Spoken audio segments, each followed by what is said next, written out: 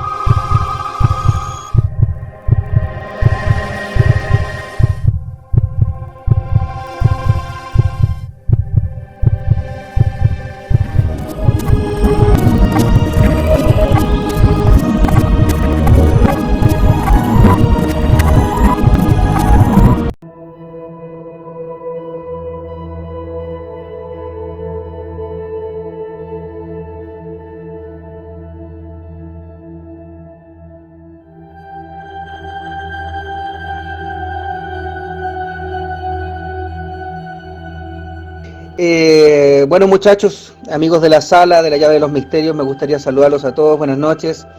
Gracias por la oportunidad de conversar con un gran amigo, un gran investigador, un escritor de primer nivel y por supuesto una persona que tiene una experiencia maravillosa, a quien conozco personalmente, tengo el honor de conocer personalmente y con quien he compartido terreno, como digo yo, el señor Ricardo González.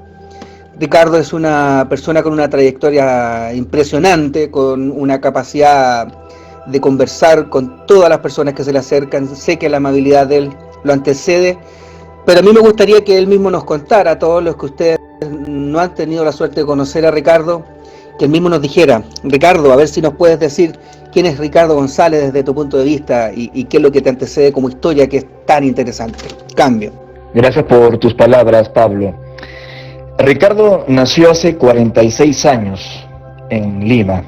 Mi país de origen, Perú, como saben, es fecundo de misterios y hemos crecido con una arqueología, una historia muy rica que también nos ha inquietado en la búsqueda, en las preguntas.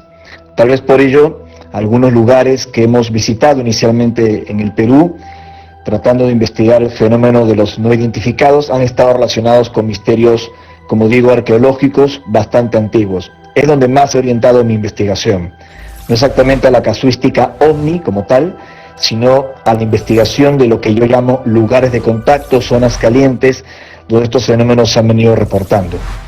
Yo empecé en estos temas cuando era un niño, como le ha pasado a tanta gente en el mundo, con la observación de objetos que no tenían una explicación convencional. Mi familia, buena parte de ella son militares, de la Fuerza Aérea Peruana especialmente, así es que no estaba para hacer comentarios ni explicaciones extrañas. Sin embargo, estos objetos se seguían reportando en Lima, yo los había visto con otros testigos, volvieron a aparecer en el verano del año 88, cuando era un adolescente de 14 años, esto salió reportado en la prensa de Lima. Ahí, Ricardo, esto quedó reportado en la prensa del Perú. Si puedes continuar, por favor, gracias. Sí, como decía, que esto quedó reportado en los medios de prensa del Perú cuando se dieron estos contactos, estos avistamientos en 1988. Desde entonces, siendo un adolescente, empecé pues a investigar, a vivenciar este fenómeno, y digo vivenciar porque no solo lo he estado investigando, sino experimentando desde dentro. Soy una de tantas personas que afirma haber tenido un contacto, una experiencia con estas inteligencias no humanas que están relacionadas al menos con un porcentaje de observaciones de los no identificados que no tienen explicación.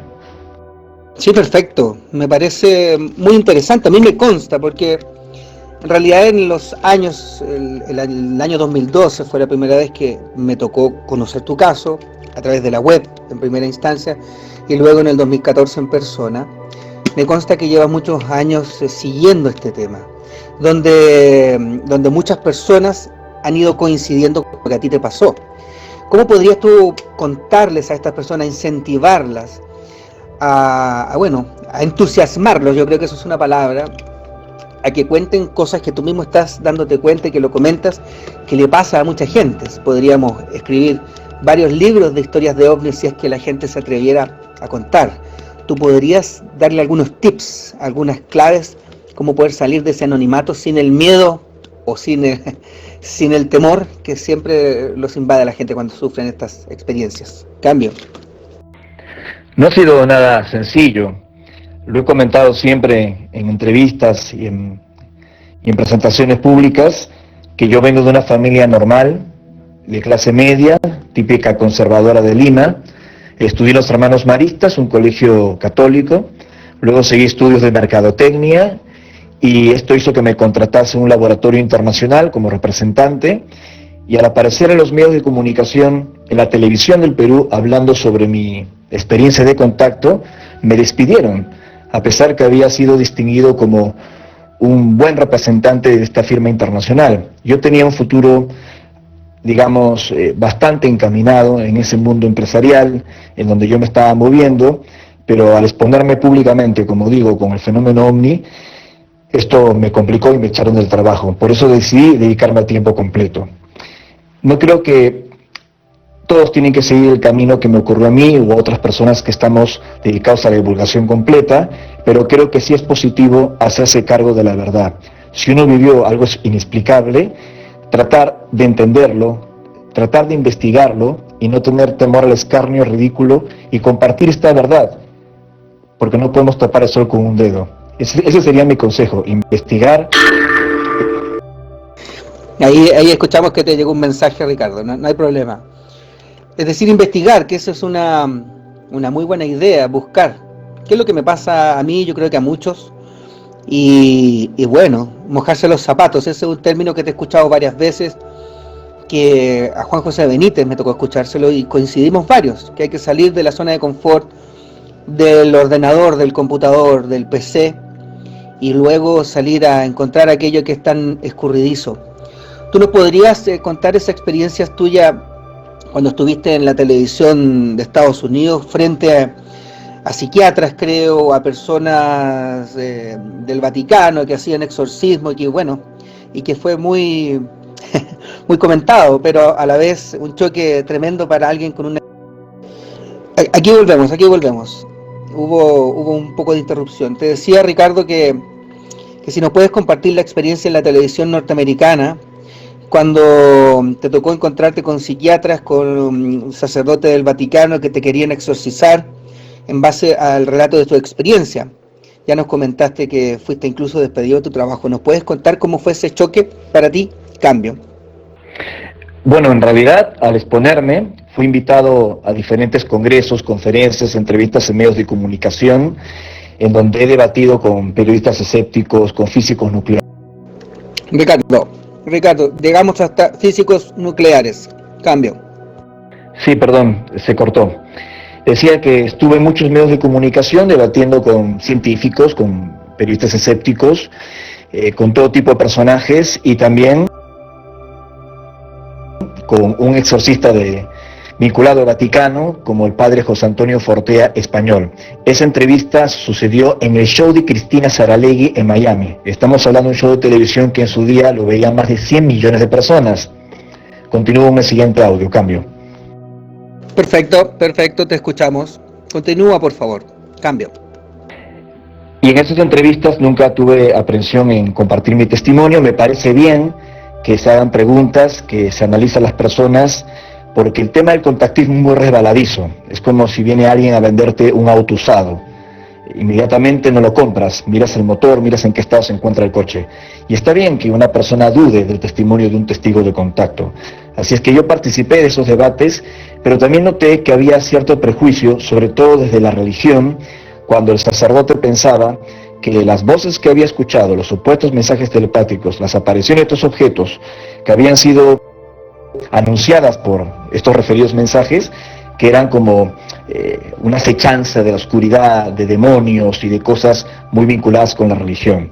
Hasta me quiso practicar un exorcismo que fue frustrado por él mismo, porque según él vio de que yo no tenía ningún problema ni psiquiátrico ni ningún tipo de energía endemoniada. Es una anécdota hasta graciosa que esto ya pasado en la televisión de Estados Unidos. Sí, en eso te encuentro toda la razón. La verdad es que cuando uno se adentra como investigador, y a ti te debe haber pasado, y te debe pasar, en el mundo del contactismo se encuentra con, bueno, una gran cantidad de personas que aluden o dicen estar en contacto con entidades. Lo que pasa es que es muy difícil discernir cuándo puede ser algo más serio, como cuándo puede ser algo no tan serio. En mi caso, y lo hemos conversado los dos, y me gustaría compartirlo aquí con los amigos del canal, creer es una palabra que a mí me gustaría sacarla al menos de mi vocabulario, porque creer implica fe, ¿no? Y es más parecido al dogma religioso. En el caso de aquí, de nuestro amigo Richard, me ha tocado estar en terreno con él y a esta altura no necesito creer algo. Me ha tocado ver cosas realmente impactantes que no podría explicar. Quizás me falta más conocimiento. Desde tu punto de vista, Ricardo, cuando tú participaste en tu país natal, Perú, en todas estas actividades de los grupos de contacto, en esta búsqueda que tenías en esos años, ¿pasó algo, algún evento, algún fenómeno, ocurrió algo que despertara en ti la curiosidad para después seguir un camino por ti mismo, por ti solo, hasta llegar a los eventos que vamos a llegar seguramente más adelante? Cambio. Antes de referirme a aquellos años en Perú, que a raíz de mi experiencia de contacto me involucré con grupos de ufología, grupos de contacto en Lima, para tratar de entender lo que ya me estaba sucediendo, permíteme, Pablo, hacerte una reflexión sobre lo anterior, sobre mis debates muy constructivos e interesantes en medios con científicos. Tuve hasta una anécdota en Chile con el recordado Pato Varela en la radio. Allí estaba el psiquiatra Mario Duzuel, y Mario Duzuel había estado analizando mi testimonio, lo que estaba diciendo, y ante una consulta del Pato Varela, el psiquiatra chileno Duzuel le dice: mira, yo no sé si la experiencia de Ricardo será cierta, realmente no puedo opinar sobre ese aspecto, pero este muchacho, en ese momento muchacho, loco no está. Y le dio su explicación desde el punto de vista psiquiátrico. Y recuerdo que el Pato Varela se puso muy molesto con la opinión del psiquiatra Mario Duzuel. Estaba esperando que el psiquiatra dijese que yo estaba loco. También sucedió en la televisión del Ecuador, en el programa Este Lunes, visto a nivel nacional, que me hicieron debatir con el físico, el doctor Carlos Montúfar. Ganamos el debate, obviamente en materia de nuestro testimonio, no en materia de ciencia, porque ahí no tengo nada que hablar. Y fue tal el impacto de la televisión que me invitaron a un segundo debate con otro físico de origen alemán, donde también ganamos el debate. Entonces, he estado siempre llano a compartir mi testimonio, a defender lo que nos ocurrió, y esto ha transformado nuestra vida. Cambio. Yo doy testimonio de aquello, Ricardo, que tú siempre has estado abierto a conversar, a poner en tela de juicio como corresponde tu testimonio. Cuéntanos, ¿viviste alguna experiencia en esos años 90, en esta búsqueda y en este pasar por los distintos grupos? Cambio. Dicho esto, volviendo a mi juventud en Lima, ahora tengo 46 años, como ya mencioné. En los años 80 era un adolescente, pero en los años 90, ya a los 19, 20 años, 21 años, me fui adentrando en grupos de ufología, de contacto, en donde las experiencias, me consta, eran auténticas. Fue gracias al grupo Rama que yo conocí lugares como el desierto de Chilca o la meseta de Marcahuasi, en los Andes centrales de Lima. Y allí fue testigo de la observación de otros objetos, como los que ya había visto antes en mi niñez, solo que estos contactos eran programados, que a través de las ya referidas comunicaciones telepáticas, estos seres anunciaban su presencia ante un grupo nutrido de testigos. Y esto a mí me impactó muchísimo. Y luego de esos contactos programados con estos objetos, llegaría más tarde lo increíble, el contacto cara a cara, aunque suene una locura, pero un contacto directo con los tripulantes de estas luces, de estos objetos. Cambio. Yo creo que en este instante acabas de dejar a muchos amigos aquí con epilepsia, como decimos nosotros, porque eso es algo que a muchos de nosotros nos gustaría vivir, ¿no? haciendo la salvedad de que esto es un misterio que todavía está por resolverse, pero en el caso tuyo, según tu testimonio, ya estaría resuelto para ti, y eso lo hace aún más atractivo, encontrarse cara a cara con un ser extraterrestre, es decir, cuya ideología partió en otra zona de nuestro universo hasta llegar al punto del encuentro. ¿Tú podrías compartirnos algo de esa experiencia? ¿Cambio? La recuerdo con mucha claridad. La primera vez que vi a uno de estos seres que podríamos denominar extraterrestres, es un término bastante particular el que utilizamos, porque uno puede imaginarse que son criaturas que provienen en un disco volante construido en metal que viajó por todo el universo para llegar a la Tierra, y esa imagen casi infantil que involucra el contactismo creo que merece ser revisada. El asunto es mucho más complejo. Creo que hay factores, al menos lo digo por mi experiencia, que escapan a esa visión, donde lo interdimensional, las líneas de tiempo, la psiquis humana, las proyecciones mentales, todo se conjuga en un fenómeno tremendamente enrevesado y complejo, como digo. El primer contacto con uno de estos seres ocurrió en el mes de agosto de 1997, cuando yo era un muchacho de 23 años. Ocurrió con presencia de otras dos personas que me acompañaron al desierto, compañeras de la carrera en ese entonces, y ahí apareció, en este lugar que está emplazado a 60 kilómetros al sur de Lima, una criatura de aspecto humano, un verdadero gigante, que calculo puede llegar a medir casi 3 metros de estatura, de aspecto totalmente humano, que dice llamarse, aunque esto suene increíble, Antarel. Al menos se presentó así telepáticamente, en esa experiencia alucinante en el desierto de Chilca. Cambio. A mí me parece impactante. Yo la verdad es que he escuchado esta historia de parte tuyo muchas veces. Lo más impresionante es que la he escuchado de otras personas, no solo de ti, y eso para mí le da mucho más consistencia.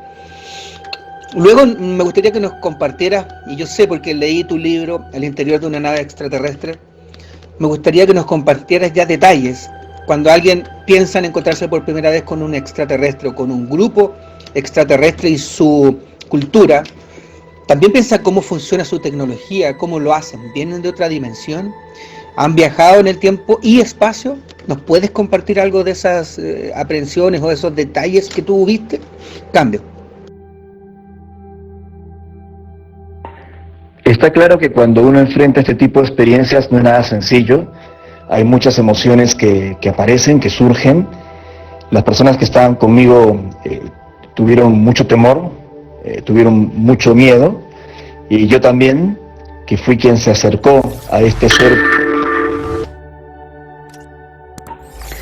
Perdón, continúo con el audio, que fui yo el que se acercó hasta la ubicación de esta entidad que venía caminando hacia nosotros, que se llegó a iluminar, no sé cómo lo hizo, pero se iluminó de pie a cabeza para que yo lo pueda apreciar a detalle en medio de la noche. Estaba vestido con un enterizo metálico como si fuese una segunda piel, donde solo el rostro y las manos estaban descubiertos.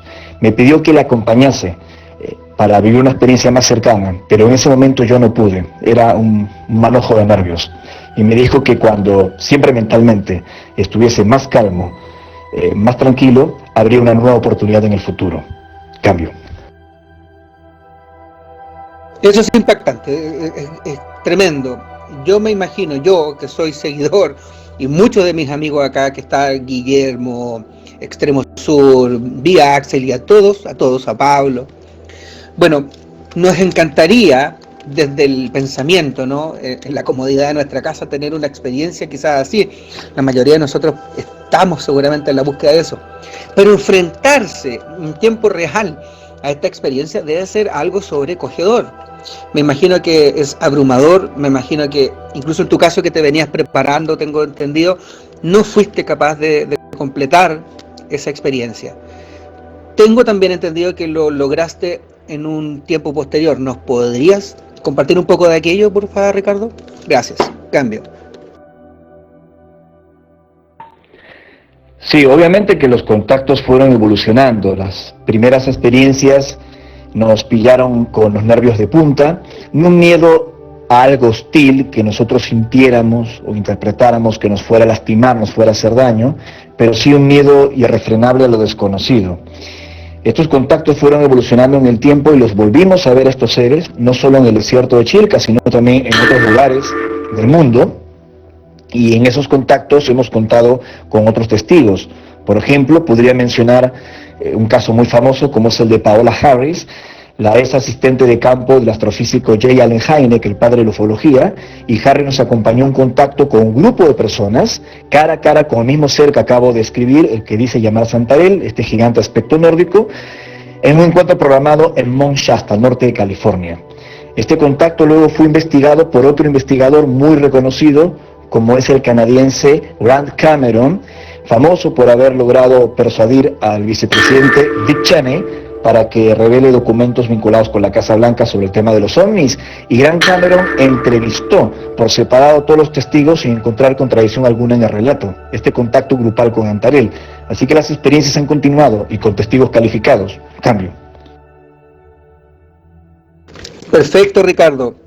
Perfecto. Te agradezco que hayas tocado el tema de Paola Harris. No te preocupes por los mensajes, porque de pronto cuando estamos hablando los muchachos, para no interrumpir, a través de la voz, el canal, mandan mensajes de texto.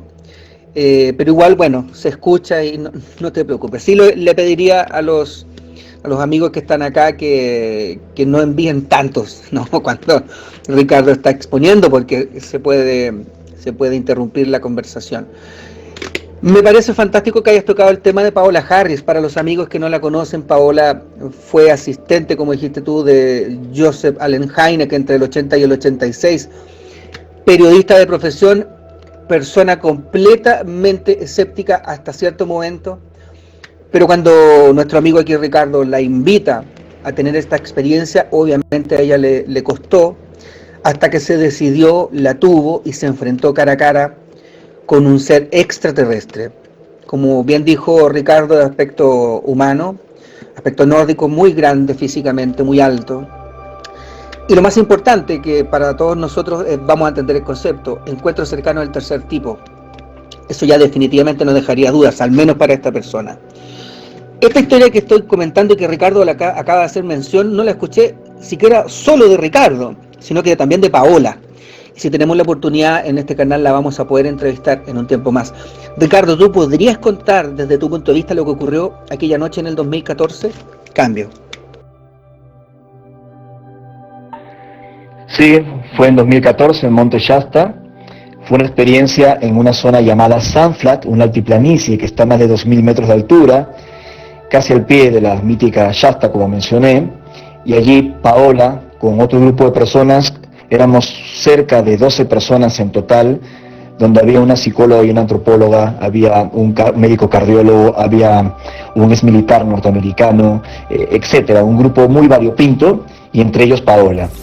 Se había formado como una energía, voy a describirlo así, una especie de luz, ¿no? Como si fuese una neblina brillante concentrada en una zona del bosque, y fuera de la neblina se encontraba este hombre de pie, con un traje ligeramente suelto y oscuro, como un azul marino, Antarel, que estaba de pie y se comunicó telepáticamente con nosotros y pidió a Paola que ingresara dentro de esa energía. Paola atendió las instrucciones y cuando entra en esa zona anómala, en ese lugar, en ese fenómeno, no sé cómo mencionarlo, escucha que este hombre, este gigante, le habla en perfecto inglés y que le dice thank you, gracias. Y luego una serie de frases o de palabras en una lengua ininteligible que le transmite una información que ha sido reservada hasta el día de hoy por Paola. Son imágenes, datos que supongo la activaron para desarrollar su trabajo de investigación desde otra perspectiva, que significó un cambio muy grande en Paola, ya que ella hasta ese entonces solo se dedicaba a investigar el fenómeno OVNI y la posibilidad del contactismo con los testigos duros, como se dice, hablando con astronautas, pilotos de guerra, recogida de muestras, fotografías, documentos oficiales de la Fuerza Aérea, lo clásico, que es fantástico, los llamados testigos de alta credibilidad. Pero como ella me dijo, me tocó vivir la experiencia cara a cara, ya no investigarla a través de terceros, y esto me cambió la vida. Cambio. ¡Wow! De verdad que eso es fascinante. La verdad, a mí me tocó conversarlo con ella y doy fe de lo que tú estás contando. Es decir, El testimonio de Paola es un testimonio, como tú bien lo dijiste, de un tipo de testigo calificado, como a ella también le tocó investigarlo, vivirlo y conversarlo con testigos calificados a su vez, como Philip Corso, Edgar Mitchell, Paul Hellyer, etcétera. Y bueno, personas que han trabajado básicamente en las Fuerzas Armadas norteamericanas y que han tenido estrecha relación con el espacio, de una u otra forma. Pero Paola se convirtió en ese testigo, y tú tienes toda la razón, cuando ella lo comenta realmente te das cuenta que hubo un cambio profundo desde su ADN. No sé si tú puedes corroborar lo siguiente, cuando ella nos comenta este thank you, este gracias de parte del gigante Antarel, él se refería no básicamente a lo que ella había hecho en el pasado, sino a lo que haría después. Esto es algo que ella comentó personalmente. Tú podrías corroborar, y si tienes más antecedentes de cómo este ser es capaz de agradecer algo que ella va a hacer en el futuro, cambio. Qué pregunta, Pablo. Esto nos obliga a meternos aún más de lleno. Por un lado, recordando que Paola, como bien dijiste, era muy íntima, hasta la consejera de grandes personajes de la ufología, de la investigación, incluso algunos militares, como el ya referido Philip Corso, el autor de The Day After Roswell, el día después de Roswell, íntima del ex ministro de Defensa del Canadá, Paul Hellyer, que también mencionaste, y de otros más, como el psiquiatra de Harvard, que todos recordamos, el doctor John Mack, o por ejemplo Monseñor Corrado Balducci, el prelado del Vaticano, que hablaba de que los ángeles en carros de fuego que se mencionan en la Biblia, no es un disparate suponer que tal vez podrían estar relacionados a eventos contemporáneos del fenómeno OVNI. Así es que Paola, además de que fue amiga también y asistente de Hynek, actualmente trabaja en el campo con Jacques Vallée, que es otro importantísimo referente científico de la ufología. Esto para que no vayan a minimizar, ¿no?, el testimonio de Paola Harris. Como ella tuvo la valentía de decir que estuvo con nosotros, que tuvo este contacto, los detractores de siempre le van a buscar pues cualquier detalle como para atacar al testigo, pero no deberían hacerlo, deberían concentrarse en la experiencia. Ha sido un hito increíble realmente en la ufología. Y Antarel, cuando le dijo thank you a Paola, como bien mencionas, siempre según la percepción de Paola y lo que fuimos descubriendo después, no es que le estaba agradeciendo por el trabajo del pasado, de todo cuanto sembró e hizo Paola Harris, le estaba agradeciendo por lo que iba a hacer en el futuro. Esto ya te indica que estos seres, sean quienes fuesen, se manejan a través de franjas de tiempo. Y de hecho, a raíz de ese contacto en 2014 y otras experiencias que se repitieron en el 2015, el cambio que ha tenido Paola y el impacto que ha tenido Paola ha sido tremendo. Ha hecho grandes cambios en su congreso, en sus nuevos libros, sus entrevistas, está llegando a otro público mucho más amplio, dando a conocer su verdad. Esto nos pone en la disyuntiva de carambas, en donde nos encontramos con estos contactos, con estos seres, quiénes son, cómo pueden adelantarse a eventos que van a ocurrir más adelante, lo que llamamos el futuro. ¿Son extraterrestres? ¿Son viajeros del tiempo? ¿Es una proyección mental nuestra? ¿Ante qué nos estamos enfrentando? Esa es la pregunta, esa es la gran pregunta, cambio.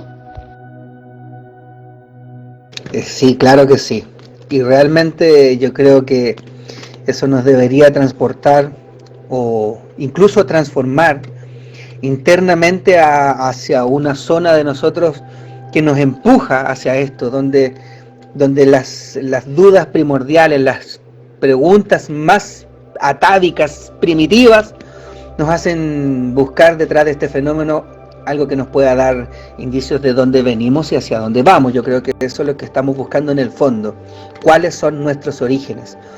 Desde ese punto de vista, tú crees, tú piensas, tú sientes, tus observaciones te impulsan a pensar que estas civilizaciones, como los apunianos, tengo entendido que son los que sería Antarel parte de, ¿no?, que estas civilizaciones con estas intenciones benéficas están relacionadas con nosotros, compartimos genética, compartimos historia en el pasado, en el presente y quizás en el futuro. ¿Podrías contarnos cuál es tu opinión al respecto y si tienes algo que nos puedas agregar como antecedentes interesantes y duros, más fidedignos al respecto? Cambio. Aquí tendríamos que entrar, como digo, un poco más hondo y tratar de atender las informaciones que estas entidades han transmitido. Siempre, según estos seres, ellos proceden de otras regiones del espacio ajenas a nuestro sistema solar.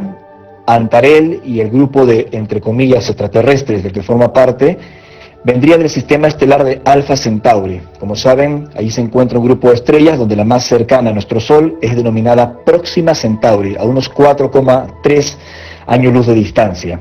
Ellos dicen que allí hay más de un planeta, un exoplaneta, más de uno, con una consistencia importante en rocas, en montañas y hasta agua líquida, según ellos, para poder ser colonizados. Y ellos, de hecho, lo colonizaron, según lo que transmiten. Pero no están en nuestra misma franja de tiempo, sino que, además de que se trata de otro sector espacial, también estarían en otra franja de tiempo diferente a como nosotros lo percibimos en la Tierra, según sus mensajes. Estos seres se manifestaron particularmente en el Perú, en los Andes, por los reportes que hemos indagado, y los campesinos, al ver que estas entidades de aspecto nórdico, como ya describí, bastante altas, hombres y mujeres entre ellos, aparecían en medio de las montañas, tenían un trato amable con los campesinos y los pastores de Ancash, en los Andes peruanos. Los campesinos y los pastores, al ver que salían de las montañas, les llamaron apunianos, por el culto quechua a las montañas, a las que se le llamaba Apu, que significa protector, vigilante, señor o deidad. Así es que los apunianos son los que vienen de las montañas, de los Apus. En la cosmogonía andina, no exactamente de la cumbre de las montañas, sino de supuestas bases que estas entidades habrían instalado dentro de estos macizos, ¿no? Estas montañas, específicamente la Cordillera Blanca en el Perú. Estos son los antecedentes de un contacto que ha continuado con muchos testigos y yo soy uno de tantos. Cambio. De hecho, Richard, lo que tú mencionas me parece sumamente interesante. De pronto, uno en las conversaciones, cuando sale este tema del contactismo, hay muchas personas que piensan que el concepto apuniano, los que han tratado de seguir, y en muchos casos de manera muy superficial, uno cuando profundiza se da rápidamente cuenta de esto. De manera muy superficial el concepto de apunianos, ¿no? De estos supuestos seres o de estos seres que estarían visitando a los hombres andinos desde siempre. Y claro, uno de los contactados peruanos más polémicos y conocidos es Sixto Paz, y muchas personas piensan que Sixto Paz y el grupo Rama fueron los que inventaron este concepto, ¿no? de los apunianos que estarían en contacto. Siendo que uno, al investigar un poco más, se da cuenta que está Vlado Kapetanovic, que están los hombres andinos, y por lo tanto estos seres estarían desde hace muchos años en relación con los pueblos originarios de América. Desde ese punto de vista, desde lo que tú ves, y aquí me gustaría que, como dices tú, ya nos metiéramos en Honduras, ¿no? ¿Habrá relación genética entre nosotros y ellos? ¿Estaremos relacionados? ¿Habrá habido mestizaje? ¿Seremos resultado de algún trabajo a nivel genético de ellos? ¿Podríamos comentar tu opinión al respecto? Cambio. Sí, quedó en el tintero el tema genético, según las informaciones que ellos han transmitido. Empezaré diciendo que tienes razón de que el término apuniano no fue acuñado por el grupo Rama, fue repetido por el grupo Rama, basado en el testimonio de Vlado Kapetanovic, un yugoslavo que arribó con su esposa Mileva huyendo de la Segunda Guerra Mundial a Perú. Trabajó como técnico de planta en la central hidroeléctrica del Cañón del Pato, cerca de la localidad de Huallanca.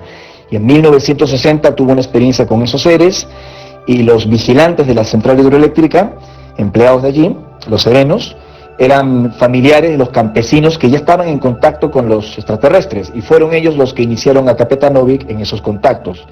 A raíz del terremoto de Yungay de 1970, se está por cumplir el 50 aniversario, fue el 31 de mayo, pues Vlado decidió compartir las experiencias y los mensajes de estos seres públicamente en libros y en entrevistas. Y esto lo empezó a hacer en Lima en los años 70, afectando muchísimo a los orígenes de los grupos de contacto que aparecerían después. Así que el término apuniano, el primero que lo utilizó fue Vlado Kapetanovic en sus libros, en sus entrevistas en el Perú, y basado en los contactos que ya tenían los campesinos desde décadas atrás. Estos seres dicen que nosotros los humanos somos hijos del universo y que en el pasado distintas civilizaciones arribaron a la Tierra, se mezclaron con nosotros. Hay muchas referencias muy controvertidas que aparecen en la tradición, en las leyendas, en los mitos, en la religión, que sustentarían esta información de los extraterrestres. Es decir, que la vida, según ellos, no habría aparecido en la Tierra por accidente, por una cadena de casualidades, sino que fue un proceso controlado y programado como un gran experimento. Así que sí, tenemos una nación genética en el pasado, pero también, según la historia que ellos transmiten, otra en ciernes, una que compromete el futuro de ellos y de nosotros. Cambio. Ay, ay, ay. Así decimos acá en Chile cuando se viene ya algo que es muy peliagudo. Yo tengo que compartir algo aquí con los amigos del canal. En 2015 me tocó estar aquí en la zona cercana a Santiago de Chile, para los amigos que son de afuera, un lugar que recibe el nombre del Cajón del Maipo. Un cajón que está alrededor de un río que tiene ese nombre, el río Maipo, donde se generan y suceden muchos eventos muy interesantes, un lugar maravilloso donde pasan cosas. El 2015, entre el 2 y 4 de abril del 2015, participamos junto a Ricardo, su esposa, y un grupo de 120 amigos de un fin de semana, de un taller, ¿no?, que Ricardo realizó. Tengo que decir que el día sábado en la noche me tocó observar a muy baja altura, y esto, Ricardo, tú lo debes recordar, una luz palpitante que yo no tengo explicación qué era, y a una velocidad muy baja sobre nuestro cenit. Yo creo que estaba tan bajo que si yo hubiese lanzado mi teléfono celular lo hubiese golpeado. No puedo decir lo que es, pero sin duda respondió a toda la actividad de meditación que se hizo, a las preguntas del grupo, a los cambios de luces del grupo.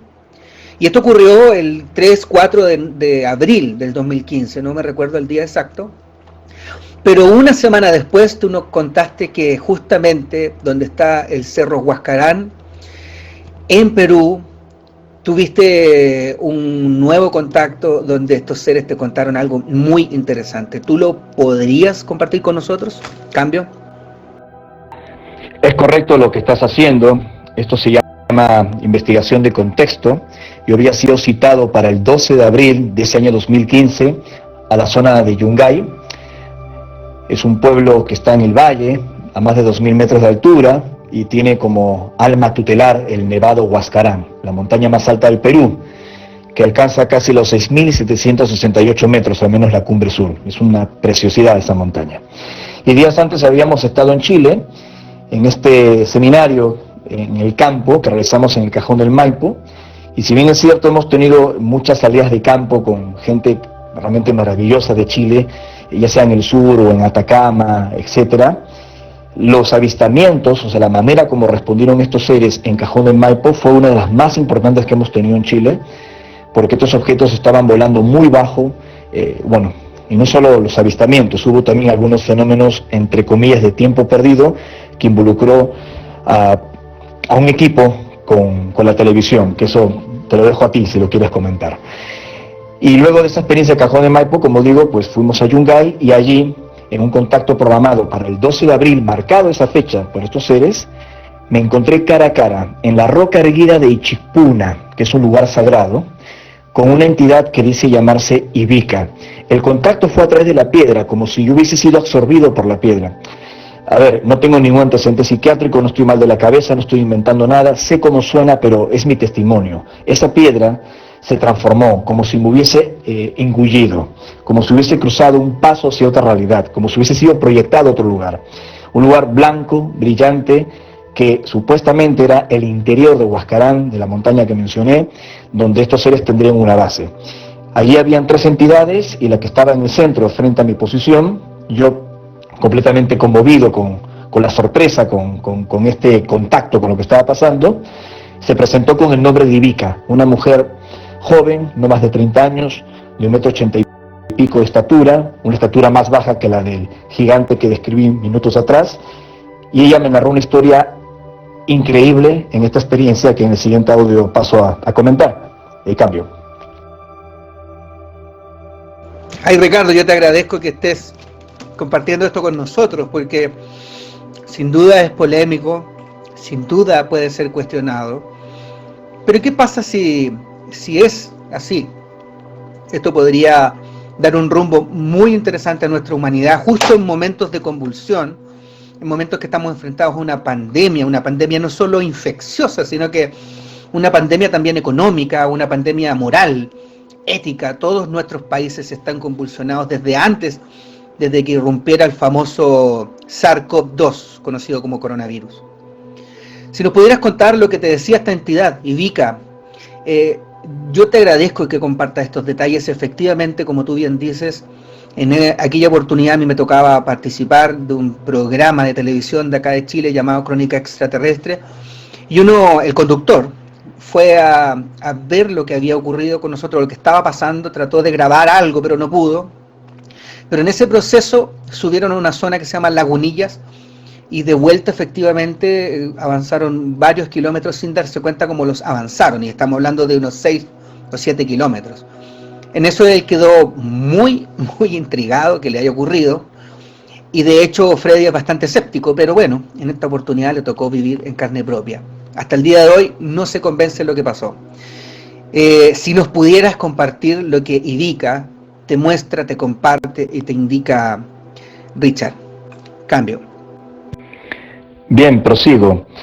En este contacto, como estaba describiendo, esta mujer, es muy larga la experiencia, pero sé que estamos aquí en una reunión, en esta aplicación, que es la primera vez que la estoy utilizando para una entrevista, me parece muy interesante. Trataré de ir al grano. En este contacto, esta entidad, siempre hablando en mi idioma, mi lenguaje en español, pero estimo una conexión mental, telepática, ya que no movía los labios, me describió algo increíble. Según ella, dijo que en algún momento nuestra humanidad ingresaría a una gran crisis, superpoblación, hambruna, enfrentamientos entre nosotros. Hasta allí todo parecía parte de lo que cualquier ser humano, analizando la geopolítica mundial, podría prever sin tener ningún tipo de contacto. Pero lo que me sorprendió es que me dijo de que esta situación se iba a volver tan irreversible que las grandes potencias del mundo y también iniciativas científicas privadas iban a generar un proyecto al que llamaremos el Arca, para que la humanidad pueda migrar hacia otras estrellas, pueda colonizar otro planeta y establecer una Tierra 2 para poder sobrevivir, para salvar a la especie, porque nuestro planeta había entrado en una crisis a todo nivel, no solo humana o social, sino también, planetaria. Cuando ella me comentó todo esto y referirme que algunos de los seres que están en contacto con nosotros, no todos, sino algunos de los seres que están en contacto con algunos testigos en la Tierra, podrían ser los descendientes de este supuesto futuro viaje espacial de la humanidad a otro astro, me parecía a mí una historia de ciencia ficción. Es más, ese supuesto viaje no se haría desde el cosmódromo de Baikonur en la actual Federación Rusa, ni desde Cabo Cañaveral en los Estados Unidos, sino desde Chile, desde el actual desierto de Atacama, como todos lo conocemos, para ser más exacto, en la meseta de Chajnantor, donde está el observatorio ALMA, que curiosamente Chajnantor, y no creo que sea casualidad, en la lengua kunza local del desierto de Atacama, significa el lugar del despegue.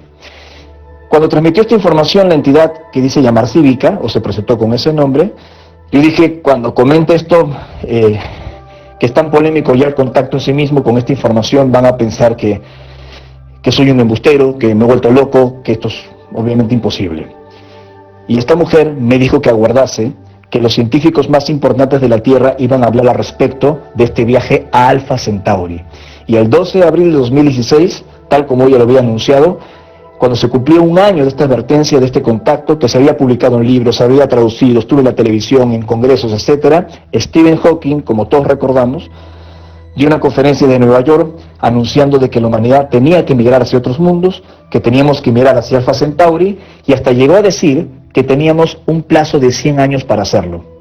Así es que la confirmación del mensaje de ese contacto fue aplastante y lapidaria. Hasta ahora me estremece solo recordar esto, de este futuro probable. Cambio.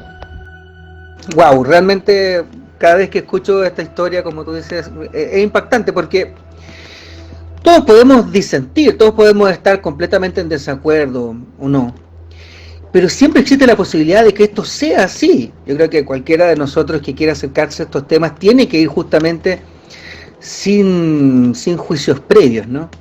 Como decía, y fue amigo tuyo, que no creo ni dejo de creer. Bueno, ya me voy a acordar. Fabio, el gran Fabio Serpa, no me podía acordar. Bueno, él decía, no creo ni dejo de creer. Yo creo que eso es lo que uno debe hacer. Al escuchar estas historias como la tuya, y que yo personalmente me ha tocado verificar en terreno donde efectivamente ocurren cosas. Recuerdo claramente cuando tú dijiste y compartiste este tema, y el 2016 Stephen Hawking con todos estos otros personajes lanzaron este tema del viaje Alfa Centauro. Me pareció alucinante porque efectivamente se estaba cumpliendo algo que no tenía por dónde, ¿no? En ese contexto me gustaría que nos compartieras algo que tiene que ver con una salida a terreno que tuvimos el 2016. Y vamos a llegar a la salida del año pasado, el 2019, en el mismo lugar, San Pedro Atacama, cerca de donde está instalado el Observatorio ALMA, en Chajnantor, en esa meseta. El 2016, si pudieras contarnos cuando éramos 320 personas, y tuvimos, algunos comentaron incluso contactos con personas que podrían haber sido parte de este grupo. No sé si nos puedes contar esa experiencia, decirnos qué pasó ese 2016 en San Pedro Atacama, que fue muy, muy interesante. Cambio. Hubo un nuevo encuentro con esta entidad, que como ya mencioné, dice llamarse Ivica. La experiencia fue en el Valle de la Luna, en el desierto de Atacama, en ese paraje tan mágico, tan especial, en la noche del 27 de septiembre del 2016. Fue la última vez en que vi a estos seres cara a cara, solo que en ese contacto que ocurrió, como digo, en el Valle de la Luna, muy cerca de la Gran Duna, ellos crearon lo que yo denomino un holograma. Cuando caminé hacia la zona del contacto, con una verificación de avistamiento, que fue observado por las más de 70, 80 personas que estamos allí de testigo, que incluso algunos de estos objetos anómalos fueron filmados con equipos de visión nocturna, y los videos se han mostrado en televisión y en conferencias y son conocidos. Después de esas verificaciones, yo caminé hacia la Gran Duna, y allí de pronto todo cambió, como si hubiese entrado en una gran visión, como si me hubiera vuelto loco, si quieren. Es como que el desierto de Atacama, toda esa región allí del norte de Chile, se hubiese transformado, y de pronto veía un paisaje completamente ajeno, con otro tipo de montañas, con un cielo de un color naranja salpicado de estrellas. Me sentí completamente solo, perdido, pero no me había ido a ningún lugar, no había sido transportado a ningún lugar, sencillamente era una visión, que ya podríamos discutir si es una visión en mi entorno, un holograma que me abrazó, o si es que esto ocurrió en mi cerebro, porque también hay hologramas que pueden ocurrir como una ficción dentro de tu propio cerebro. Hay muchos estudios al respecto.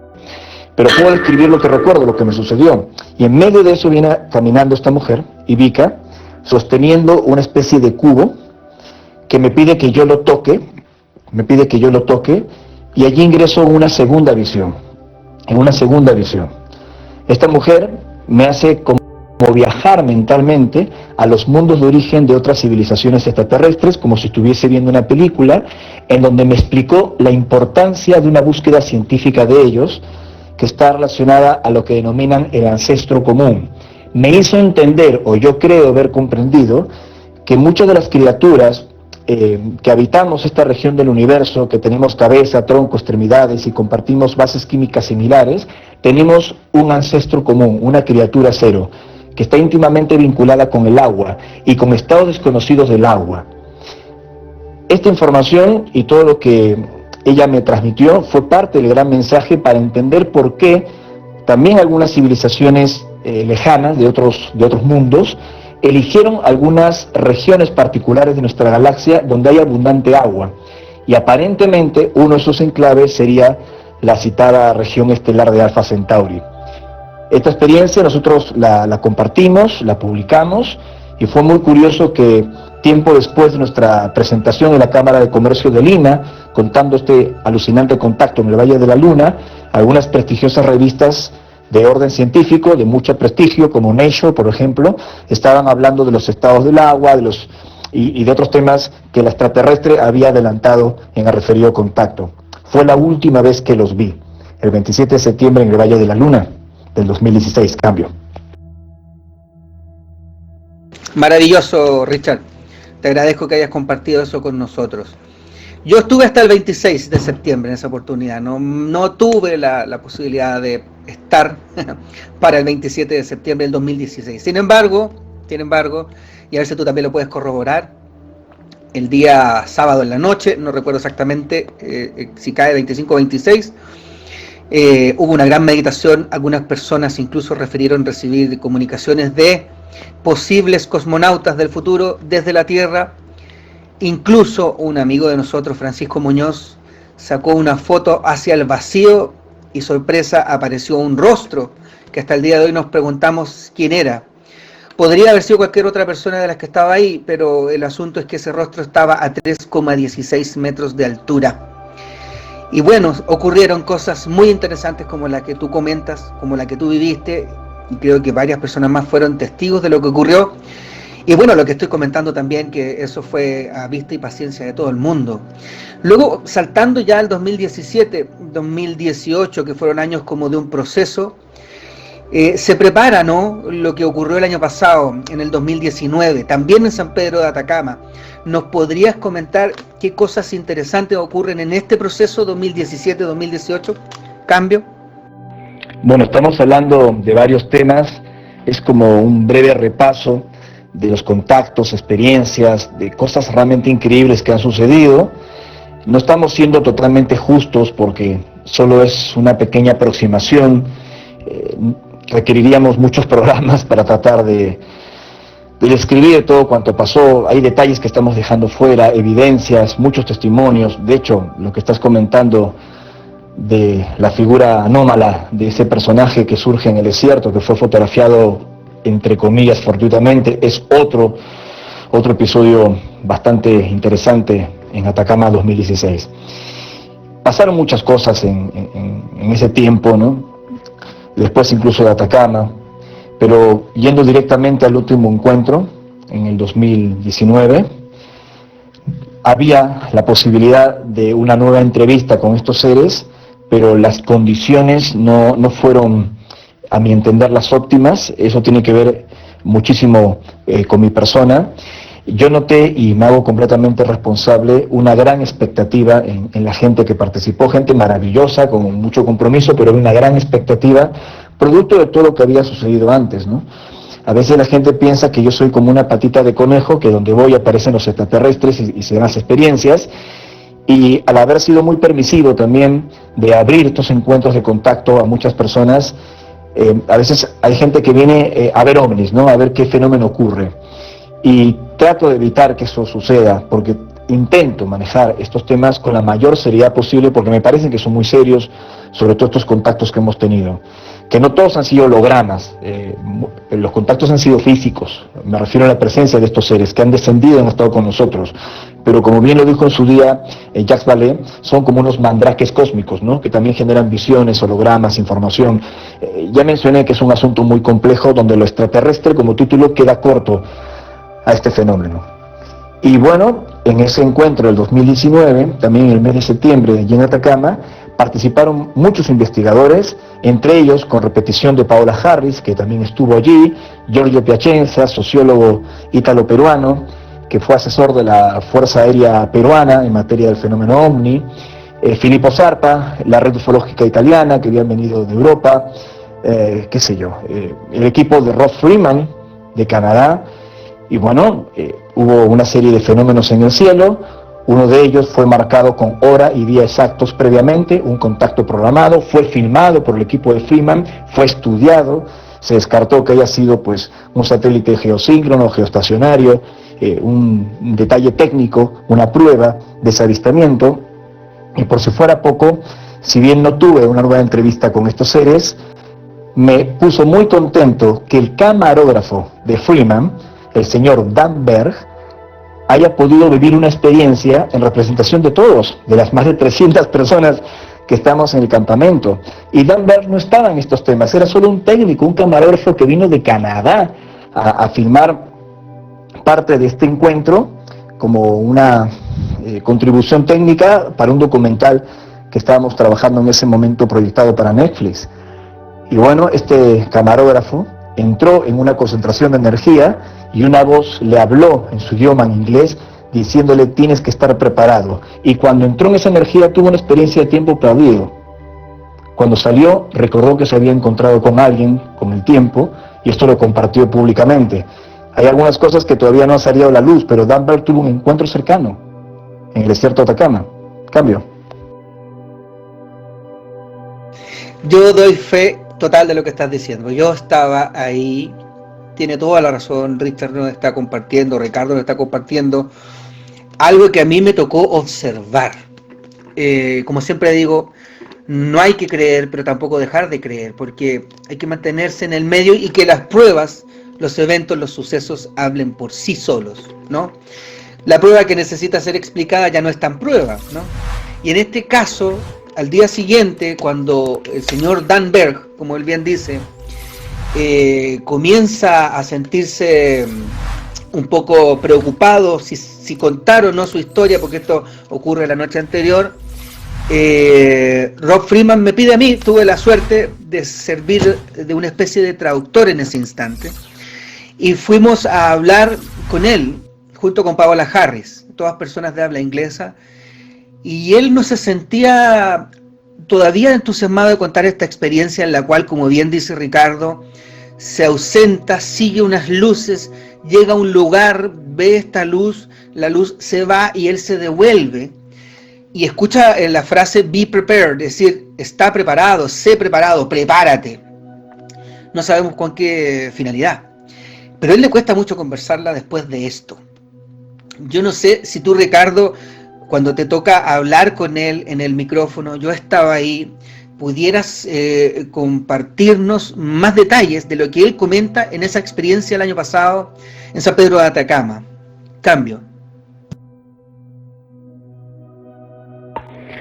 Él tuvo una experiencia de tiempo perdido, además de la voz que le decía, estate preparado. Cuando él ingresa allí, se encuentra con alguien, pero no lo recuerda. Y tuvo una fracción de tiempo perdida, como digo, de más o menos una hora, si mal no recuerdo. Nada más y nada menos que una hora.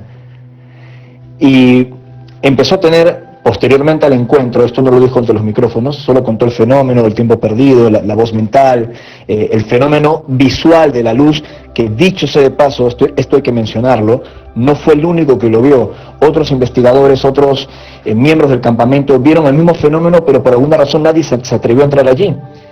Entre ellos recuerdo al investigador argentino, el periodista Carlos Galiquio, que también había detectado ese fenómeno, pero no llegó a entrar. El que entró fue Dan Berg y vivió de lleno esa experiencia.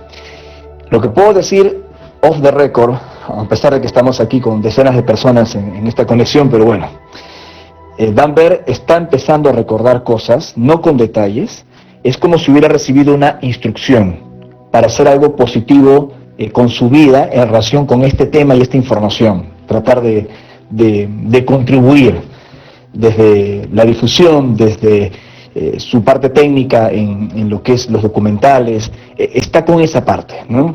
Eso es lo que de alguna manera está como inspirado a raíz de este contacto que realmente le cambió la vida.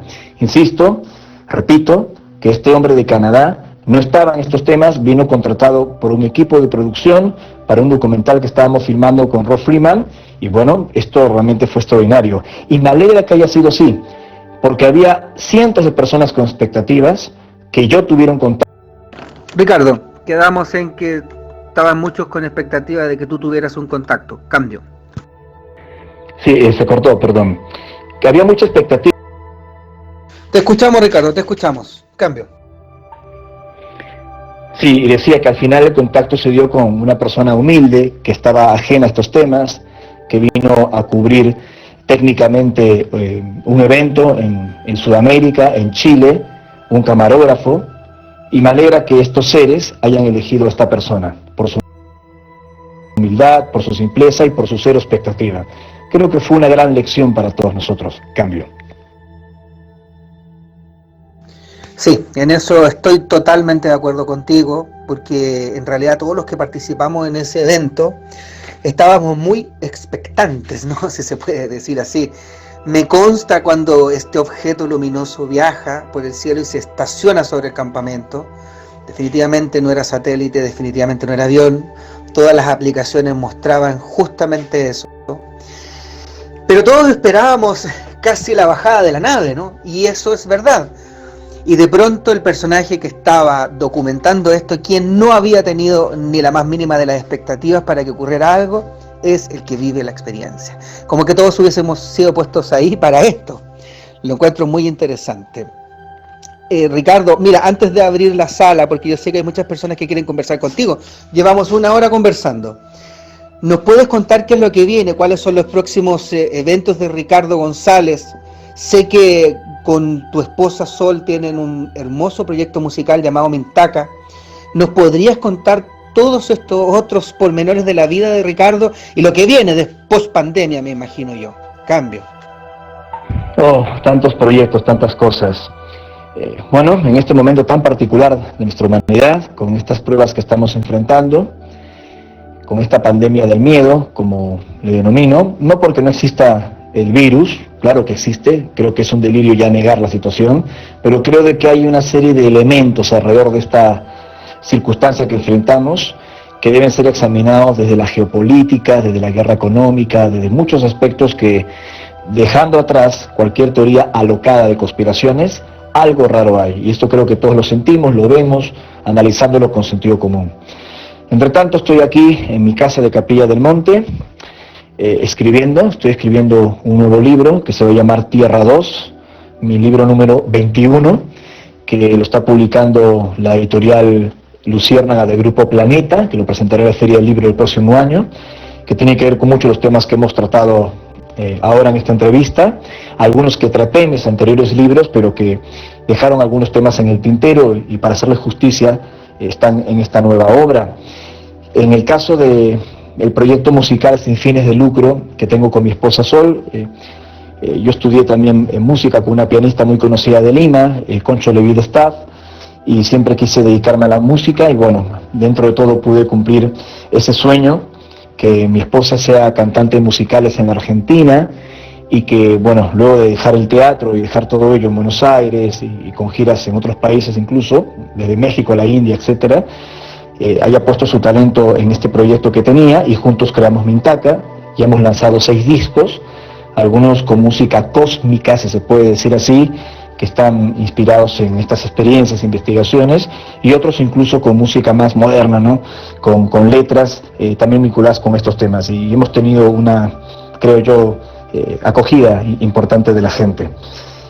Tenemos unos viajes muy importantes de investigación, nuevamente en los Andes peruanos, también en Medio Oriente, que tenemos que ver por allí, pero todos esos viajes, esas expediciones, los tenemos de momento en stand-by, esperando a ver qué ocurre los próximos meses con esta bendita cuarentena.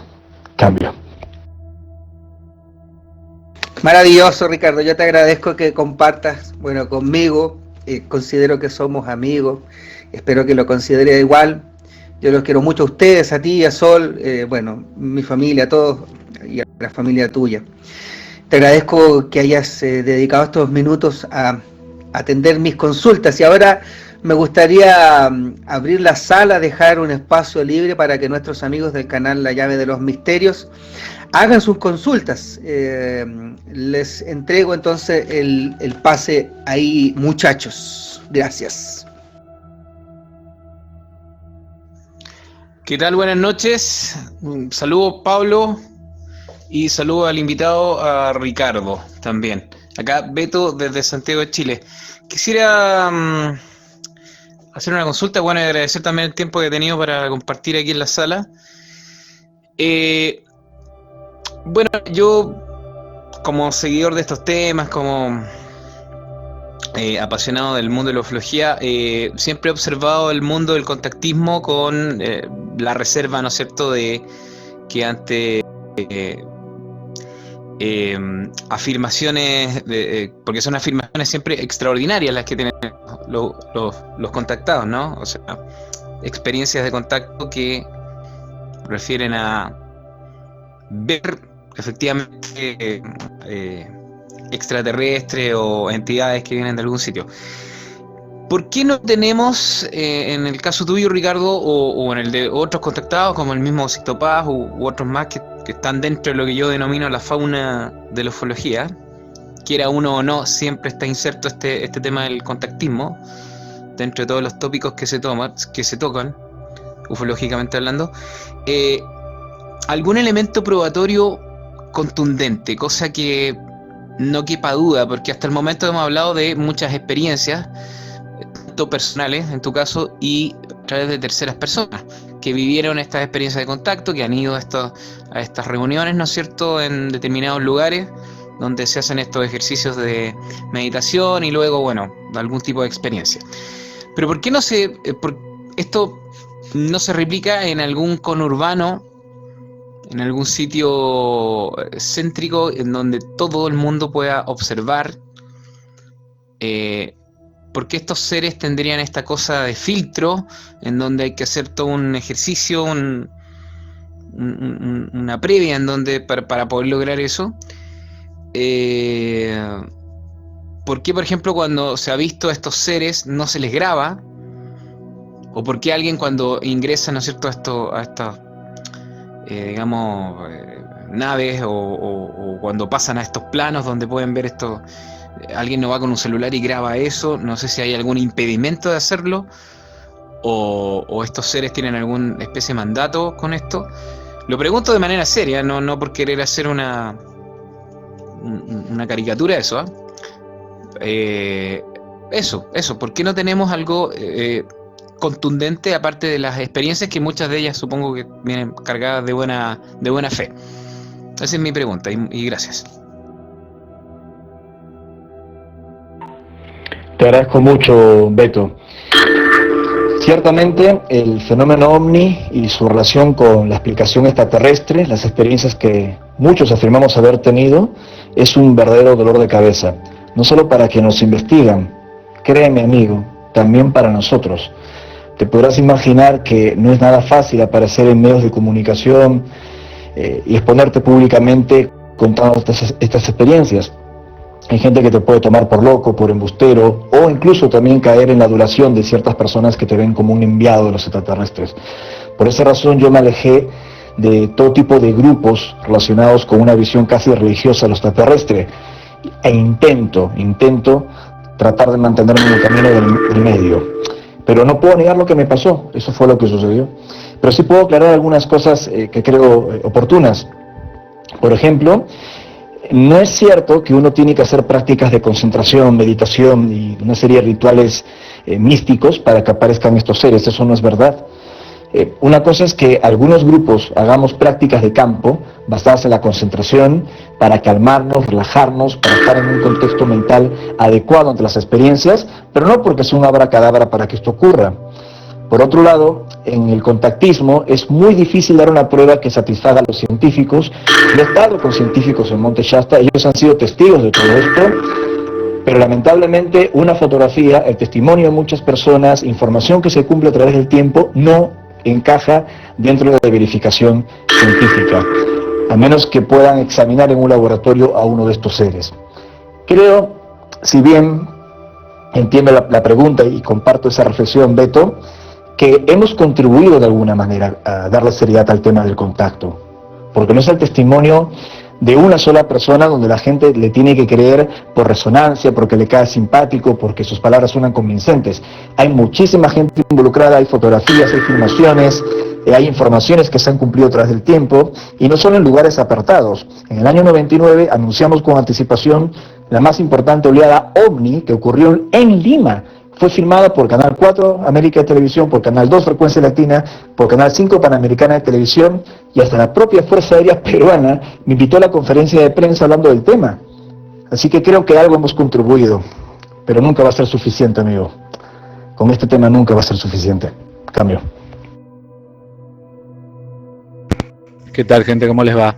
Ricardo, ¿cómo estás? Pablo Álvarez de Buenos Aires. Saludos a Sol también si anda por allí. Quería consultarte. Me contaron por ahí que tuviste algún contacto con Delange de la TTSA. Quería saber si se podía ampliar algo. Y ya que estamos, metemos una segunda pregunta. Con el tema de Microcosmos y el tema de los tonos que recibiste, ¿cuál crees que es el fin de haber recibido esos tonos y de haberlos transformado en música y de haber hecho una obra musical? Un tema que particularmente me interesa mucho, el tema de la comunicación a través de los sonidos, ¿no? Por eso lo pregunto.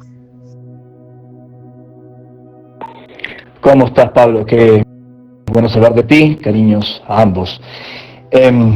Sí, Tom DeLonge, a través de Paola Harris, no puedo entrar en mayores detalles, me contactó para una reunión con él y con otras personas vinculadas a la inteligencia norteamericana. Solo puedo decir que pese a lo que circula en las redes, yo no me reuní con los servicios de inteligencia de Estados Unidos. Eso no pasó. Esa reunión no existió. Y sobre la música, sí, en la expedición que nosotros realizamos al muro de Puyaro, en la selva amazónica peruana, tuve una experiencia en donde quería escuchar unos tonos, una melodía que surgía de este muro de petroglifos. Más allá de lo que se pueda pensar o analizar de mi experiencia, decidí hacer algo con eso y en base a esa melodía creé una composición que fue grabada en un disco. Es en realidad un solo tema de 32 minutos que se llama Microcosmos. Como ya dije, es un proyecto sin fines de lucro. Cualquier persona que entra al canal oficial de Mintaca puede escuchar ese tema completo. Una sucesión de atmósferas, de sonidos, una creación inspirada en esa experiencia de contacto, como digo, que según entendí, esa melodía, esas sensaciones, esas texturas que me inspiró la experiencia para crear esa música, podría, no sé, invitar a viajar, a conectar a las personas que la escuchen. Así es que espero que les guste. Cierro los ojos y ya me contarán cuando escuchen esta música. Un abrazo, Pablo. Hola amigo, ¿cómo estás? Espero que muy bien. Te hablo desde el norte de Chile, ya tercera región. Mira, una pequeña consulta. Tú hablaste hace un rato atrás, hace un momento, de que hablaste de Próxima Centauri, ¿cierto? Que hay un planeta, según lo que sabe la ciencia ahora en ese momento. Creo que hay más, es posible. Pero hablando tal vez del origen de los seres que tú comentabas recién, ¿son el único tipo o el único, o no sé, tal vez hay otros tipos de seres tal vez viviendo en otros planetas que puedan estar ahí, que sean como similares? ¿Qué crees tú? Un abrazo, amigo. Cambio. Un abrazo por el norte de Chile, que suena tan bella, tan mágica. Te diré que, como bien menciona mi querido amigo Juanjo Benítez, JJ Benítez, todo lo que usted imagina en el fenómeno OVNI es real. Obviamente, más allá de nuestro humilde testimonio de estas entidades, estos seres que al menos se han presentado con esa forma humana y que sostienen provenir de la región de Alpha Centauri, no son los únicos. Estoy convencido, aunque no lo pueda demostrar, que habríamos sido visitados por diferentes civilizaciones en diferentes épocas y que algunas no es que nos estén visitando, sino que ya se encuentran entre nosotros. Un poco volviendo a la primera pregunta de Beto, sé que ellos tienen un protocolo de observación que es muy exigente para entregar cierto tipo de evidencias que comprometan al menos a la tripulación, del grupo que sea. Por eso el comportamiento de estas entidades es tan escurridizo como estar persiguiendo pues un gato o un ratón. Pero el fenómeno obviamente que es real, esos contactos están sucediendo. Qué curioso pues que la ciencia haya podido confirmar, después de haberlo intentado negar, la existencia de Próxima B, ¿no? Un exoplaneta muy cerca de la estrella Próxima Centauri, que como ya mencioné está a unos 4,3 años de distancia de la Tierra. Y como tú dijiste, no es el único, hay otros mundos más. Así que mi respuesta es sí, hay diferentes seres, diferentes entidades, diferentes apariencias y también diferentes agendas e intenciones. Cambio. Hola Ricardo, ¿cómo te va? Buenas noches. Mi nombre es Pablo Sequeira, del grupo de los visitadores médicos, que ya nos conocimos un par de veces. Lo que yo te quería compartir tiene que ver en relación al tema del agua. Cada vez llega más información del agua, puntualmente por toda la periferia del Uritorco hasta San Marcos Sierra. y eso cada vez es como que se hace más notorio del compromiso que tenemos que tener con el agua. Y comparto lo último, me pasó en una última meditación que me viene información como que hay muchos grupos de gente que la están preparando a nivel estudios medicinales, sea medicina aborigen, medicina tradicional china, y hasta, como decía Pablito Álvarez, con todo el tema de instrumentos sanadores. ¿Es así? ¿Cómo estás, Pablo? Qué alegría saber de ti. Un gran abrazo de un ex maletero. Al menos así en Perú se le decía a los representantes de laboratorios internacionales. Como ya saben, yo fui visitar médico varios años antes que me despidieran y me dedicase solo a investigar y difundir esta otra realidad que me ha ocurrido. Sobre el agua, bueno, ¿qué puedo decir? Estoy más que convencido de que la información transmitida por estos seres es auténtica. El agua es un elemento común en el universo, la encontramos congelada en los cometas, la hemos encontrado en algunos planetas que supuestamente no la deberían tener, en océanos que están bajo capas de hielo en la región de Saturno o en las lunas de Júpiter. Incluso se ha encontrado en el hemisferio sur de la Luna también agua congelada, pero más allá de la temperatura y su acción en lo que llamamos el agua, que si es bajo 0 grados centígrados el agua se empieza a congelar y es a mayor de 100 grados centígrados el agua se transforma en vapor. Hay otros estados, como mencionados, extraterrestres, que están sujetos a otros estímulos, que no necesariamente es la temperatura. Podrían estar relacionados a fenómenos subatómicos desconocidos para nosotros y que siempre, según los extraterrestres, se podrían encontrar en los grandes aceleradores de hadrones. Ellos dicen, y esto lo comenté luego de la experiencia del año 2016, que me preguntaba Pablo Zárate, que el agua que está confinada en ciertas cuevas, en ciertas montañas, expuesta a determinados minerales, tiene propiedades realmente muy especiales. Y es curioso porque en la zona que estás mencionando del Cerro del Torco hacia San Marcos Sierra, el agua de aquí fue considerada muy pura y de hecho en su día se hicieron estudios y comprobaron su alto nivel de pureza.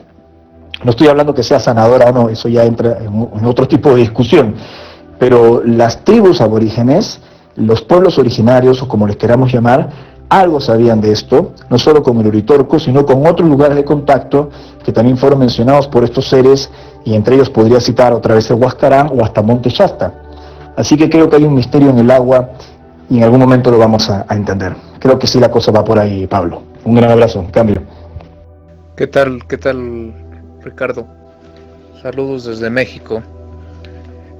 Mira, en ocasiones se aborda el tema de los contactos según muchas veces la creencia de cada quien, sus creencias, no sé, religiosas, filosóficas o como sea. Mi pregunta es la siguiente: en el caso de mucha gente lo interpreta desde el punto de vista, no sé, quieren meter cuestiones de tipo religioso a veces. ¿Los seres han expresado alguna vez alguna cuestión relacionada o alguna opinión relacionada con las creencias de los humanos de tipo religioso? ¿O ese es un tema que no abordan y no simplemente no lo tocan y tocan otras cuestiones? ¿Han hecho alguna vez alguna referencia a esto? Cambio, saludos y saludos a la sala, cambio. Un gran abrazo, hermano, un gran cariño por ese país tan fascinante como es México. Estuvimos allí el pasado mes de febrero en Peña de Bernal, un lugar que seguro debes conocer. Sí, ellos en algunos de los mensajes se han referido a uno de los temas de mayor discusión de la humanidad, que es la creencia en un orden superior, en un dios o en una diosa, como lo queramos denominar. Ellos no tienen, al menos por lo que comprendí, una imagen similar a la que los humanos tenemos de ese orden, donde hemos inventado prácticamente una figura paternalista, cósmica, que creó el universo. Ellos no dan a entender que eso exista. Obviamente no hace falta que lo diga una entidad de otros mundos o extraterrestre para saber de que hay muchos símbolos, arquetipos en la religión que no teníamos que haberlos interpretado textualmente, ¿no? Que somos la creación de un Dios que premia a los buenos y castiga a los malos, o sea, ese tipo de cosas tan infestadas en la religión son muy antiguas y, a mi entender, y lo digo con mucho respeto, hasta retrógradas. Ellos más bien hablan de un orden inteligente que no se corporiza en una entidad, sino que todo el universo sería parte de un orden consciente. Esa es la visión que ellos tienen de lo que los humanos llamaríamos Dios, en donde la creación y el creador o la creadora o el agente de creación, o como le queramos llamar, no están separados. Una energía consciente, un orden maravilloso que está presente en cada átomo de la existencia, en cada criatura, en cada mundo, en cada galaxia, en cada configuración, en este multiverso, como le llama también Michikaku. Es la visión que nos han transmitido, y nos dicen que el mejor lugar para buscar esa conexión con el universo no es en las estrellas, no es en una entidad externa, aunque esto suena muy místico, pero lo voy a decir y lo creo. Esa búsqueda tiene que hacerse en nuestro propio corazón. No me refiero al corazón físico que bombea sangre, me refiero al simbolismo del corazón, al contacto interior. Cambio. Muchachos, ahí está Ricardo. Si alguien más de la sala quiere hacerle algunas consultas, si no, ya para ir cerrando esta entrevista tan interesante que nos ha concedido, dejo la opción, dejo el PTT, cambio. Gracias. Ricardo, buenas noches. Yo te conozco, no a ti personalmente, nunca he estado en contacto, pero conozco a Sixto Paz. Yo alguna vez estuve, no me quedé a los contactos que se hacen con naves cuando vienen a Olmué. No sé si tú conoces a la Gisela Espinosa, a la Verónica Cariaga, que son las que hacen los contactos. Y en alguna oportunidad yo me vine y fui a dejar a una amiga, no sé, no me gusta el tema mucho. Me vengo, llego a la casa, saqué foto a la puesta de sol. Al otro día, telepáticamente, me avisan que hay me dicen solamente la palabra máquina. Y a mí me dolía mucho la cabeza aquí atrás, no en las nucas, sino que a los costados. Y yo dije, ya, no quiero sacar fotos, no quiero coser. Y resulta que mi novedad fue una máquina fotográfica, no un celular, muy chiquitita la pantalla. Y resulta que empiezo a ver la foto y había una nave, que tú la viste y dijiste que era un pájaro. Pero no era un pájaro, porque tengo más. Que las vieron todas allá en Olmué ese día en Los Coroneles. No sé si sabes tú de esos contactos que hay allá. Cambio. Hola, ¿cómo estás? Sí, tengo grandes recuerdos de la zona de Olmué, donde me han invitado más de una vez. Recuerdo a Gisela Espinosa, Eliana, me han invitado y me han hospedado en su casa con mucho cariño, y lo recuerdo con bastante afecto. Y sin ninguna duda, en esa zona de Olmué se han registrado fenómenos anómalos inexplicables, avistamientos, eso también me consta. Luego, sobre la fotografía y el análisis, bueno, hace tantos años que no voy por allí, y he conocido tanta gente también y tantos viajes, que no sabría precisarte ese detalle exacto que me preguntas. Sí podría decir que la zona es una zona caliente, una zona donde hay experiencias auténticas que se han desarrollado. Dicho esto, obviamente cualquier fotografía que uno toma, así sea fortuita, sobre todo, y más aún cuando está la cámara orientada hacia fuentes de luz, como puede ser la luna llena o un atardecer, el sol, tratar de estar muy atentos con los llamados lens flares, los reflejos, o cuando se cruza un insecto, un pájaro, eso es de manual, ¿no? Tratar de ser muy juicioso. Pero también hay otras cosas que suceden y que no tienen una explicación convencional, y es como lo que tú dices. Te mando un gran abrazo, y si la ven a Gisela Espinosa y a los demás, pues que no veo hace muchos años, todo mi cariño. Cambio. Bueno, tomo por asalto el PTT, primero para agradecer por la entrevista, Ricardo.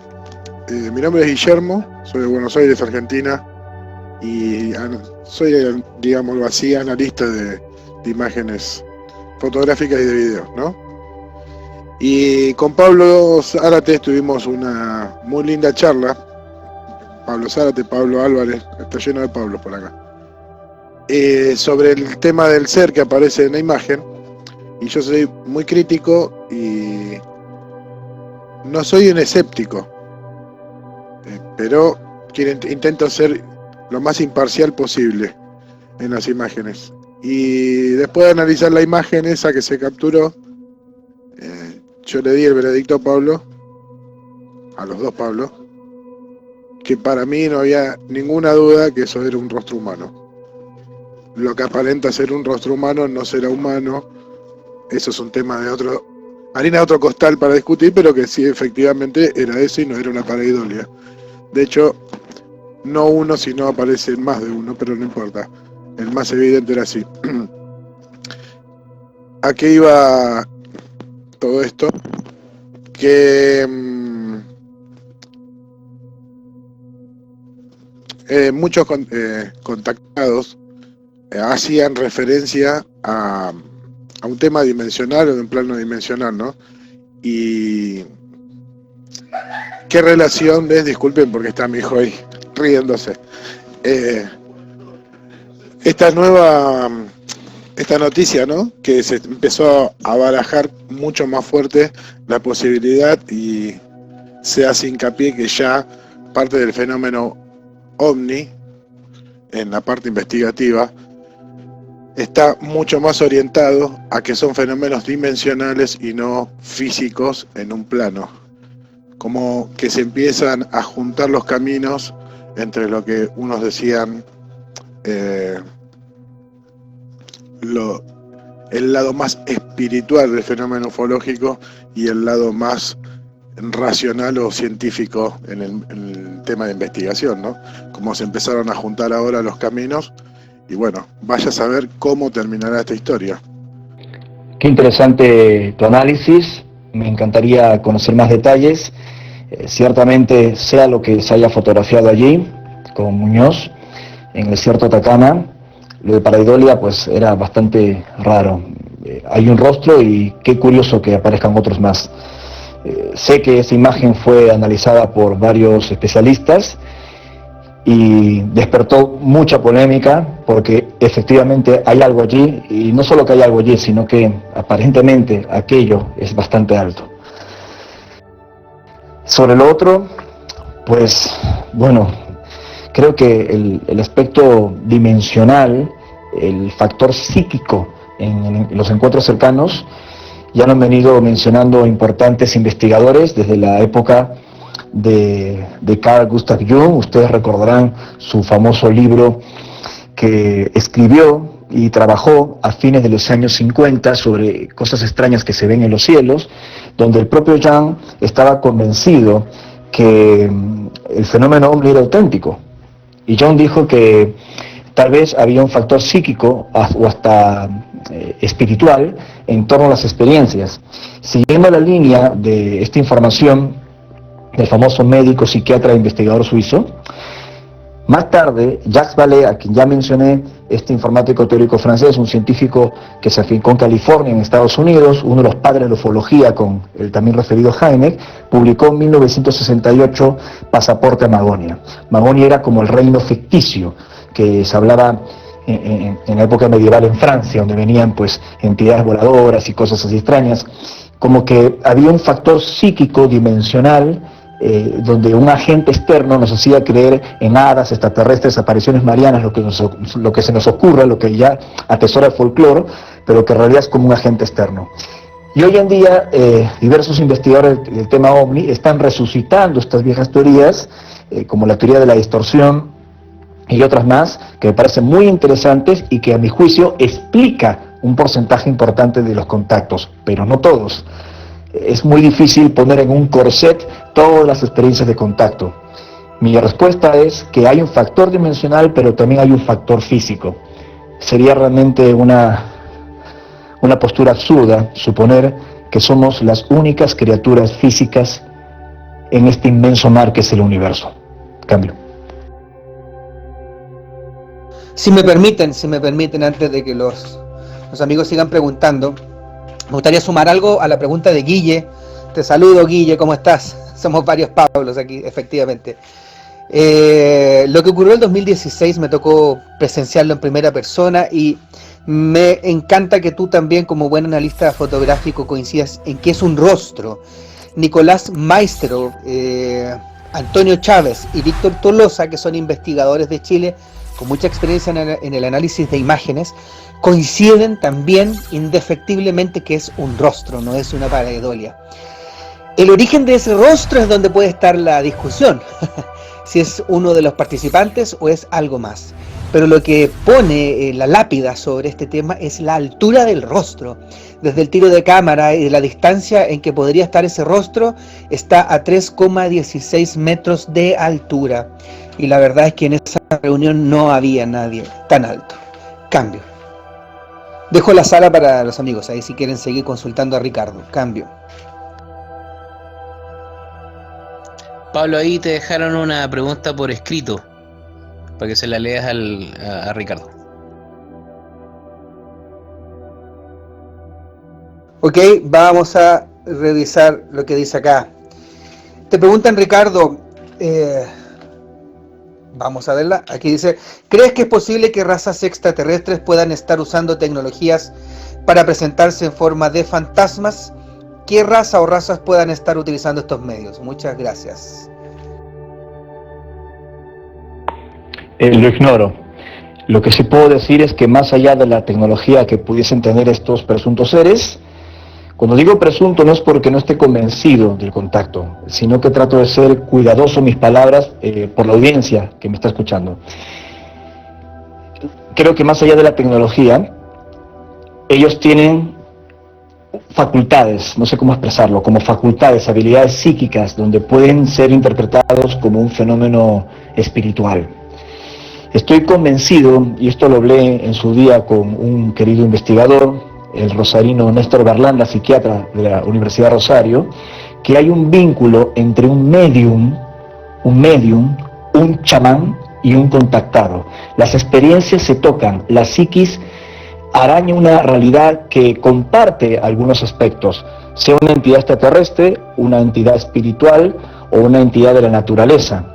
Por eso, cuando Pablo Maringo Zúñiga, un ayahuasquero de mi país, bajo los efectos de la soga del muerto, ¿no?, que activa la glándula pineal, según algunos estudios científicos, por la dimetiltritamina, como todos ustedes recordarán, él pintó varios cuadros describiendo lo que él había visto en ese estado alterado de conciencia, o estado no ordinario de la conciencia, creo que es el término correcto, y llegó a dibujar entidades vinculadas con el fenómeno ovni, hasta estos aparatos, sin tener ningún tipo de información previa que lo pueda condicionar. Así que no es que extraterrestres se hagan pasar como fantasmas, sino que a veces una proyección o un fenómeno psíquico, tal vez de origen extraterrestre, lo podríamos interpretar según nuestro conocimiento previo, nuestras creencias, más aún si estamos en esos temas espirituales. Espero haberme expresado bien, en cambio.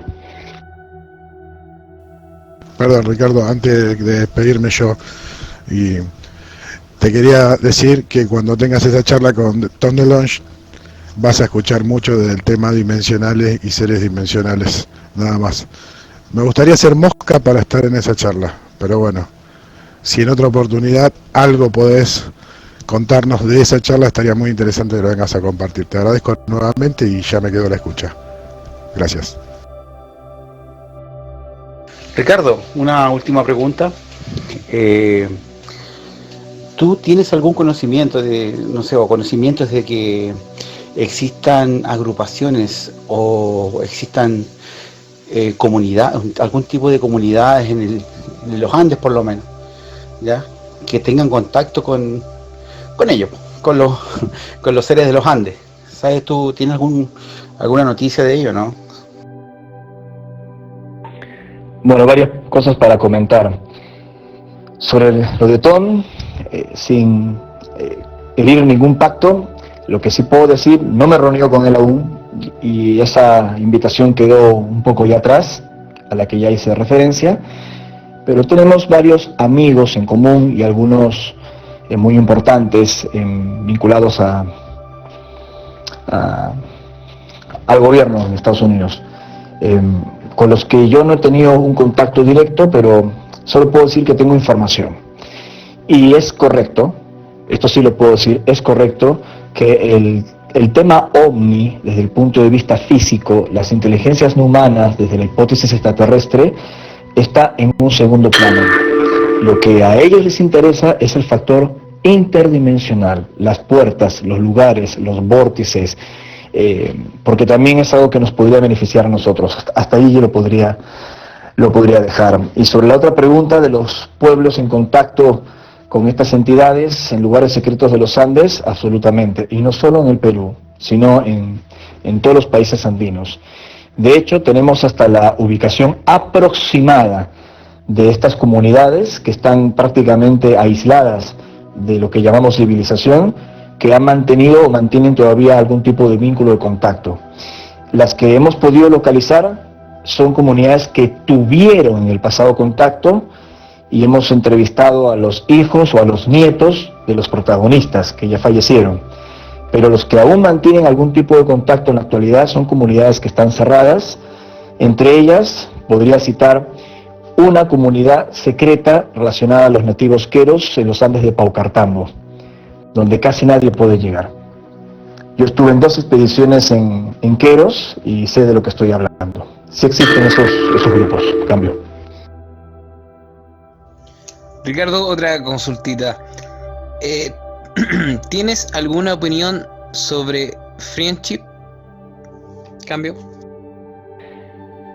Es un tema muy polémico. Es difícil decir es blanco o es negro. Es muy difícil. Es como discutir el caso de Amicizia, muy similar en los años 50 en Italia. Yo fui hasta Pescara, donde ocurrió ese incidente, y hablé con algunos de los protagonistas, entre ellos Gaspar de Lama, que hoy tiene 98 años. También podría hablar del caso Humo, muy polémico, muy controvertido, que dividió la ufología española, y creo que Friendship es algo similar. Separando el agua del aceite, creo que hay algunas experiencias auténticas con el fenómeno OVNI relacionado al expediente Friendship, y también algunas exageraciones y afirmaciones muy difíciles de contrastar. Creo que los protagonistas de estos casos son los que deberían responder mejor sobre el caso Friendship. Tengo una anécdota con don Francisco, cuando me entrevistó en su programa en Miami, Don Francisco Presenta, y don Francisco me comentó en el intermedio del programa que estamos compartiendo con un cantante de reggaetón, creo que se llama Don Omar. Estaba también la cantante mexicana Yuri, si lo ubican. Están todos muy interesados en la narración de mis experiencias, y don Francisco me dijo que él, estando en Sábados Gigante, había aparecido un objeto anómalo en el cielo, fueron al patio del canal, lo filmaron, y se vincula la observación de este objeto, que luego fue verificada por las torres de control de Concepción y también del aeropuerto de Santiago, que se había movido muy rápido, que ese avistamiento estuvo ligado al incidente Friendship. Y así hay un montón de casos más. Y no sé, y yo creo que hay algo secreto, algo aún sin resolver, muy cerca de la isla de Chiloé. ¿Qué cosa es? Si todo lo que se contó es cierto, eso ya es un tema que deberían resolver los investigadores chilenos. Cambio. Si me permiten intervenir nuevamente, Ricardo, aquí nuestro amigo Maglio te ha hecho un par de preguntas, y él tiene una experiencia muy interesante con respecto a una comunidad que estaría ubicada en el norte de Chile. No sé si, Maglio, te atreves a compartirnos un pedacito, aunque sea de esa experiencia. Cambio. Ay, Pablo. Ricardo, no, mira, te lo voy a resumir así. Hace un año y casi 6 meses, un año 6 meses aproximadamente, conocí unas personas a raíz de esto de Friendship y todo eso. A mí siempre me ha gustado el tema, pero nunca había profundizado tanto, ni tanto me había interesado. Me gustaba escuchar. Y yo vivo cerca, al menos, de 2 protagonistas del ¿cómo se llama?, de la historia de Friendship, que era Ernesto de la Fuente, que en paz descanse, falleció el año pasado, y doña Ethel Barahona, que era su señora, su esposa. ¿Ya? Yo lo estuve yendo a visitar constantemente, o periódicamente, durante mucho tiempo, durante cierta cantidad de años, porque estaban a unos 30 kilómetros de acá de mi casa. Y en una oportunidad, ya, ella comentaba que, bueno, lo comentó varias veces, que en principio Ernesto de la Fuente seguía teniendo contacto con unas personas de allá y todo eso. Y que habían ido a la casa, lo dijo 2 veces, a la casa, 2 personas una vez, Y a mí me empezó a interesar el tema. Ya, cuento corto. Una chiquilla que tenía un hostal por acá cerca me contó que una persona rara que estaba viajando a Freirina y que como a mí me gustaba el tema, me contactó con eso. Y efectivamente, te lo voy a decir así, pude conocer a esa persona, bueno, en realidad son varias personas, pero una persona en especial, que tiene unos rasgos extraños de repente, es muy blanco, no sé, pues te voy a decir que tiene, habla extraño también, con un acento así como, a ver, ni siquiera no era como ni estadounidense, es como alemán, yo no entendía muy bien el acento. Después supe que era, según lo que supe, era, no me acuerdo cómo te dije la otra vez, Pablo. Era de como del norte, el país que fue invadido por Alemania, el primero, no me recuerdo bien. Entonces él tiene como ese acento, ¿ya? Y una chica que era alemana después. Y ellos comentaban que pertenecen a una comunidad la cual está en los Andes y tienen contacto con estas personas, estos seres, estas entidades que hablas tú.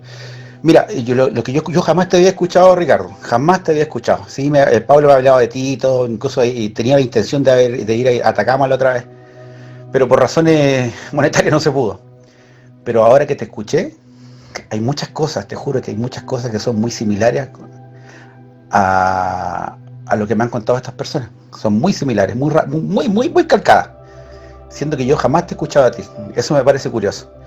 Y esto sigue, de repente a veces conversamos, a veces vienen llamadas telefónicas, aunque no lo crea, o si no, contactos físicos, que de repente los veo de repente, pero no es siempre, es así como periódicamente. Es largo. Lo que sí te puedo decir que tuve una experiencia bien fría, el año 2015, en una situación al interior del valle, allá hacia donde yo vivo, hace unos 60 kilómetros más todavía, 70 kilómetros. Pablo estuvo allá conmigo también, y en ese entonces tuve la oportunidad de encontrarme con una persona a las 2 de la mañana, con un tipo enorme, medía, no sé, yo mido 1,80 m, le llegaba como a la boca del estómago, yo creo un poquito más abajo. Andaba con una cosa como ajustada, y tenía una caminada extraña, así como muy robótica, que tenía como dificultad para caminar. Y era enorme, te juro que era enorme. Lo que sí, le escuché una voz. Yo como estaba al lado de un auto, ¿cachai? Para asustarlo un poco, porque yo pensé que estaban robando y cosas así. Lo saludé, le dije que vine a ver el auto, y él me dijo buenas noches. Yo escuché una voz así como que te hablan por un tubo, es como bien... fue para asustarse, ¿sabes? Pero como te digo, sí te podría decir algo así. Te puedo decir que hay una comunidad, tal vez, y no solamente en una parte de Chile, parece que son en varios lugares, los cuales permanecen así como bien ocultos, y son muy reacios a comunicarse con los demás y todo eso. Son de repente con algunas personas, pero tienen sus razones. Eso te puedo decir hasta ahí, resumiendo. Cambio.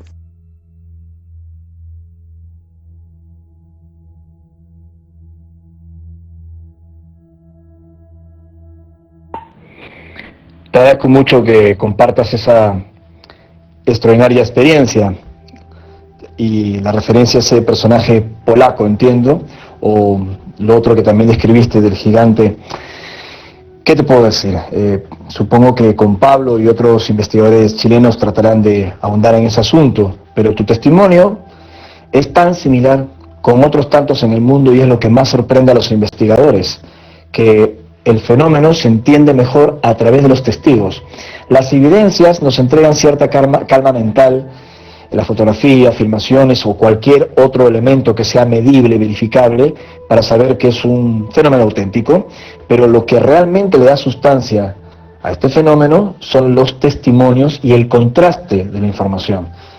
Y este es un tema que abraza a todo el planeta. Yo he tenido la fortuna, y lo digo con mucha humildad, de haber viajado por muchos países del mundo, investigando, y también invitado por congresos y conferencias y todo, y viajé bastante, compartí con muchas comunidades en muchos lugares, nativas, y puedo decir que escuchar del labio de los lamas en Asia, o de los nativos machigeñas en el Perú, o gente que vive en Rapa Nui, allí en la Polinesia chilena, o qué sé yo, en el desierto de Gobi en Mongolia, o hablando con un ruso, en todos los lugares donde he estado, que cuenten las mismas experiencias en diferentes idiomas, con los mismos detalles, es realmente increíble. Sobre todo cuando son estos grupos, no sé, cuando he estado con nómades en Asia Central, o con gente que no tiene mayor contacto, ¿no?, con las historias de otros grupos, y que cuentan lo mismo es lo que a mí más me ha apasionado. Además de darme información que se contrastaba con lo que yo había vivido en el Perú y en América Latina en particular, ver que otros están enfrentando lo mismo. Y eso no tiene explicación, porque es un fenómeno real, un fenómeno que está sucediendo, no es un invento. Gracias por tu testimonio, hermano. Un gran abrazo. Oye, tú nombraste los indios Quero. Yo soy Quero. Yo llevo la I porque mi papá se la puso, pero yo vi la libreta de matrimonio de mi bisabuela y soy Quero, bueno, pues Quero nomás, por Mejías, por mi mamá. Pero yo he tenido muchas experiencias. Una vez Claudio Pastén a mí me invitó al Cajón del Maipo y yo lo vi cómo se contactaba. Bueno, de hecho yo traspasé a otro plano. Por eso que me hace sentido varias cosas que has dicho. Y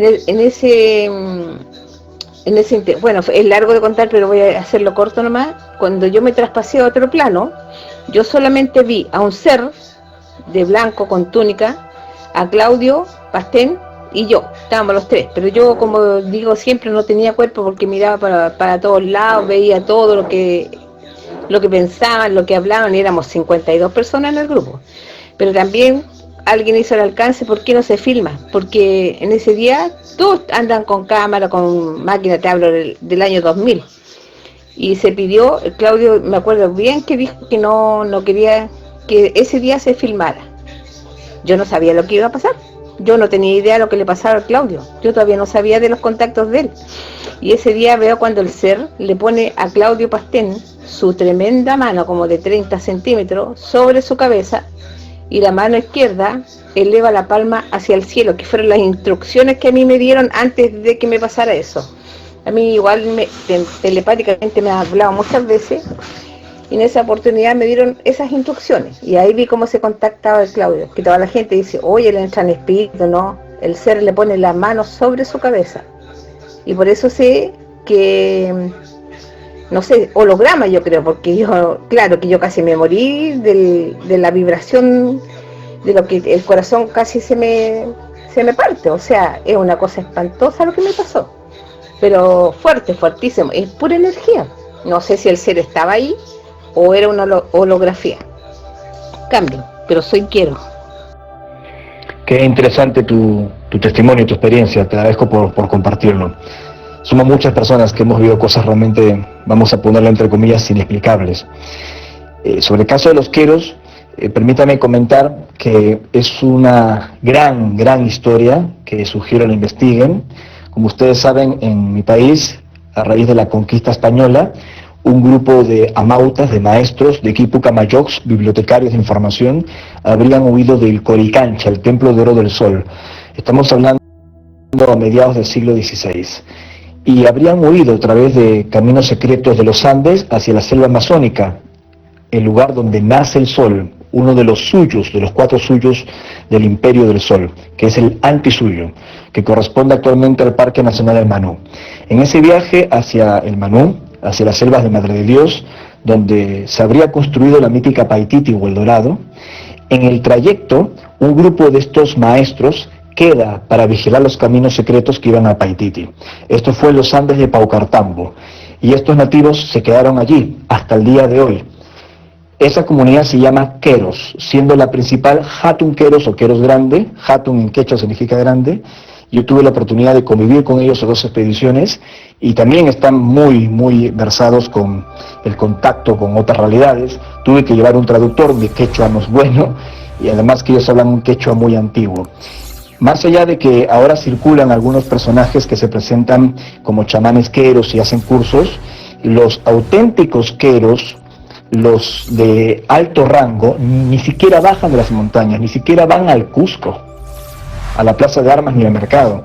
Se quedan en sus cuevas, en sus astanas, que son unas viviendas que se construyen ellos con piedra, con paja, y es una historia fascinante porque son los guardianes de la ruta al Paititi, según la leyenda, y según la antropología y la medicina peruana, son los descendientes legítimos, directos del Incario. Así que a esos queros me refería. Cambio. Ricardo, una última por mi parte. Creo haber escuchado en alguna ocasión, estaba haciendo memoria, creo que en algún programa español, en donde tú contabas una experiencia en la Cueva de los Tallos, en Ecuador.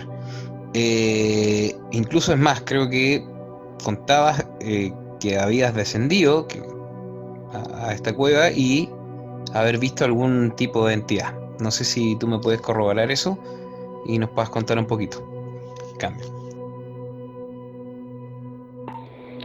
Es correcto lo que dices, Beto. Yo participé de una expedición en agosto del año 2002, hace 18 años, como pasa el tiempo. Descendí con un grupo internacional de personas de Ecuador, de Perú, de Argentina, a esta cueva que se encuentra en la zona oriental del Ecuador, en la región de Cobangos, para ser más preciso. Allí encuentras un túnel, es como una chimenea que tiene una boca de 2 metros de diámetro más o menos, y bajamos con una polea que fue sujeta a un tronco que cruzaba la mencionada boca, con tracción humana, es decir, los nativos Shuar fueron los que sostenían la soga. Y vas descendiendo por ese túnel vertical, esa chimenea, que tiene más o menos unos 65 metros de profundidad. Una vez que llegamos a tocar tierra, con los cascos, las linternas frontales, el equipo a las espaldas, nos adentramos durante 3 días a más de 250 metros bajo tierra, sin balones de oxígeno, inspeccionando el lugar. Es una historia muy larga. Lo que puedo decir es que allí vimos lo que a nuestro juicio eran construcciones artificiales. Mostré las fotografías, eso no lo hizo la naturaleza, no era diastrofismo, ni desprendimiento, ni erosión natural. Y también vimos unas criaturas pequeñas, que no interpreto como algo extraterrestre, sino unas criaturas con cabeza, tronco, extremidades de 1,20 m, con ojos bastante amplios, con el vientre abultado. Llegué a distinguir que tenían ombligo, así es que nacen como nosotros, supongo. Y cuando compartimos toda esta información con los nativos Shuar, ellos conocían a esas criaturas que nosotros bautizamos con el nombre de Sunkis, porque los nativos Shuar de esta selva de Ecuador le llaman Sunkis, Nuncuyes, en su folclore local, a los habitantes de las cuevas, a las criaturas protectoras de los ríos. Pero bueno, ese mito, entre comillas, lo vimos con nuestros propios ojos, y luego me enteré que era un secreto muy importante para esta comunidad nativa del Ecuador. Fue muy, muy fuerte haber presenciado esto, haberlo compartido en los medios de comunicación del Ecuador. Yo tuve entrevistas hasta con, no quiero decir los nombres, pero con personalidades muy importantes del Ecuador a raíz de este suceso, entre ellos con jefes de las Fuerzas Armadas.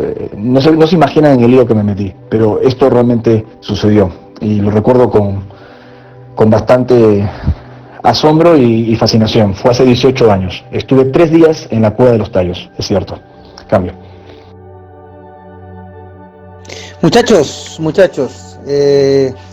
ya casi siendo 2 horas de conversación con Ricardo y agradeciendo tu amabilidad, Ricardo, me gustaría que fuéramos ya cerrando la entrevista. No sé si ustedes lo encuentran pertinente, me parece que sí.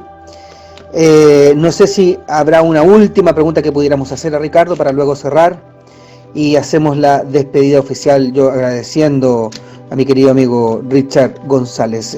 Dejo la sala para una última pregunta, por favor, para luego cerrar. Cambio.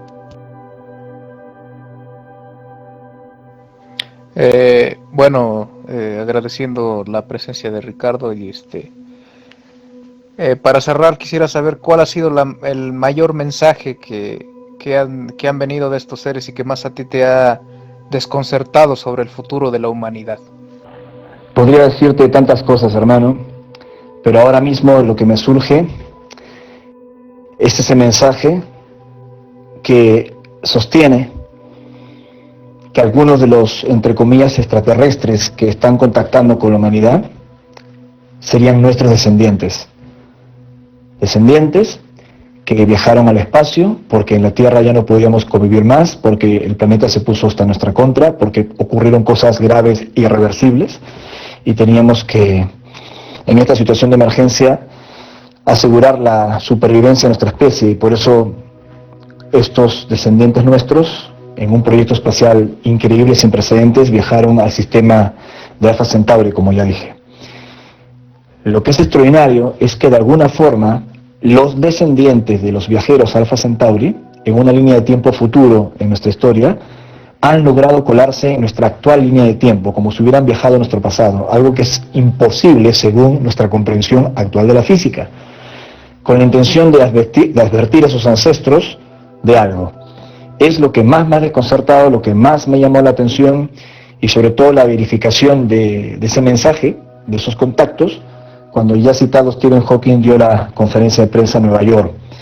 Uno puede pensar que yo me volví loco, que me inventé esto, que estoy mal de la cabeza, lo que quieran, pero supongo que todos los que están en esta sala respetan al equipo de Cambridge y del científico Stephen Hawking.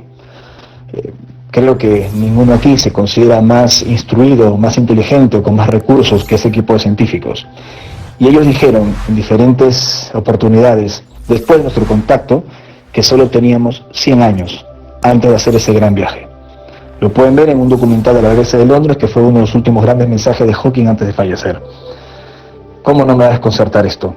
Que lo que habíamos publicado, recibido y difundido nosotros, lo diga el científico más creíble del planeta Tierra antes de morir. ¿Qué puedo decir? Cambio. Ok, Ricardo, maravilloso todo lo que cuentas, lo he escuchado de tu propia persona y en persona, hemos compartido muchas conversaciones, terrenos, salidas apasionantes, fascinantes, con eventos incluso de fenómenos en el cielo muy cerca mío. Yo puedo decir que me tocó en el año 2018 en Curarrehue, una localidad del sur, estar contigo y con 50 personas más, y les puedo decir que esa fue una de las veces que yo creo haber experimentado un encuentro cercano del tercer tipo. Algo o alguien se paró al lado de mí, no puedo decir qué es, pero sin duda alrededor de la experiencia de Ricardo ocurren eventos, ocurren cosas. Yo te quiero agradecer a ti, Richard, a tu esposa Sol, si está por ahí escuchando la Sol, saludos para ella. Te considero mi amigo, mi hermano, espero que te haya gustado esta entrevista. Los amigos aquí son muy, muy respetuosos, como tú pudiste escuchar, son todos muy interesantes, insisto, Pablos, Guillermos, Beto, Maglio, todos, Victoria, todos, son todos personas con altura de mira para conversar acá en este canal La Llave de los Misterios. Quiero agradecerte. Tu casa, puedes participar y entrar cuando quieras, y siempre hay conversación y personas interesantes para compartir. Te dejo en libertad y agradezco profundamente tu tiempo, hermano querido. Un abrazo, saludos a toda la sala y gracias por participar en La Llave de los Misterios.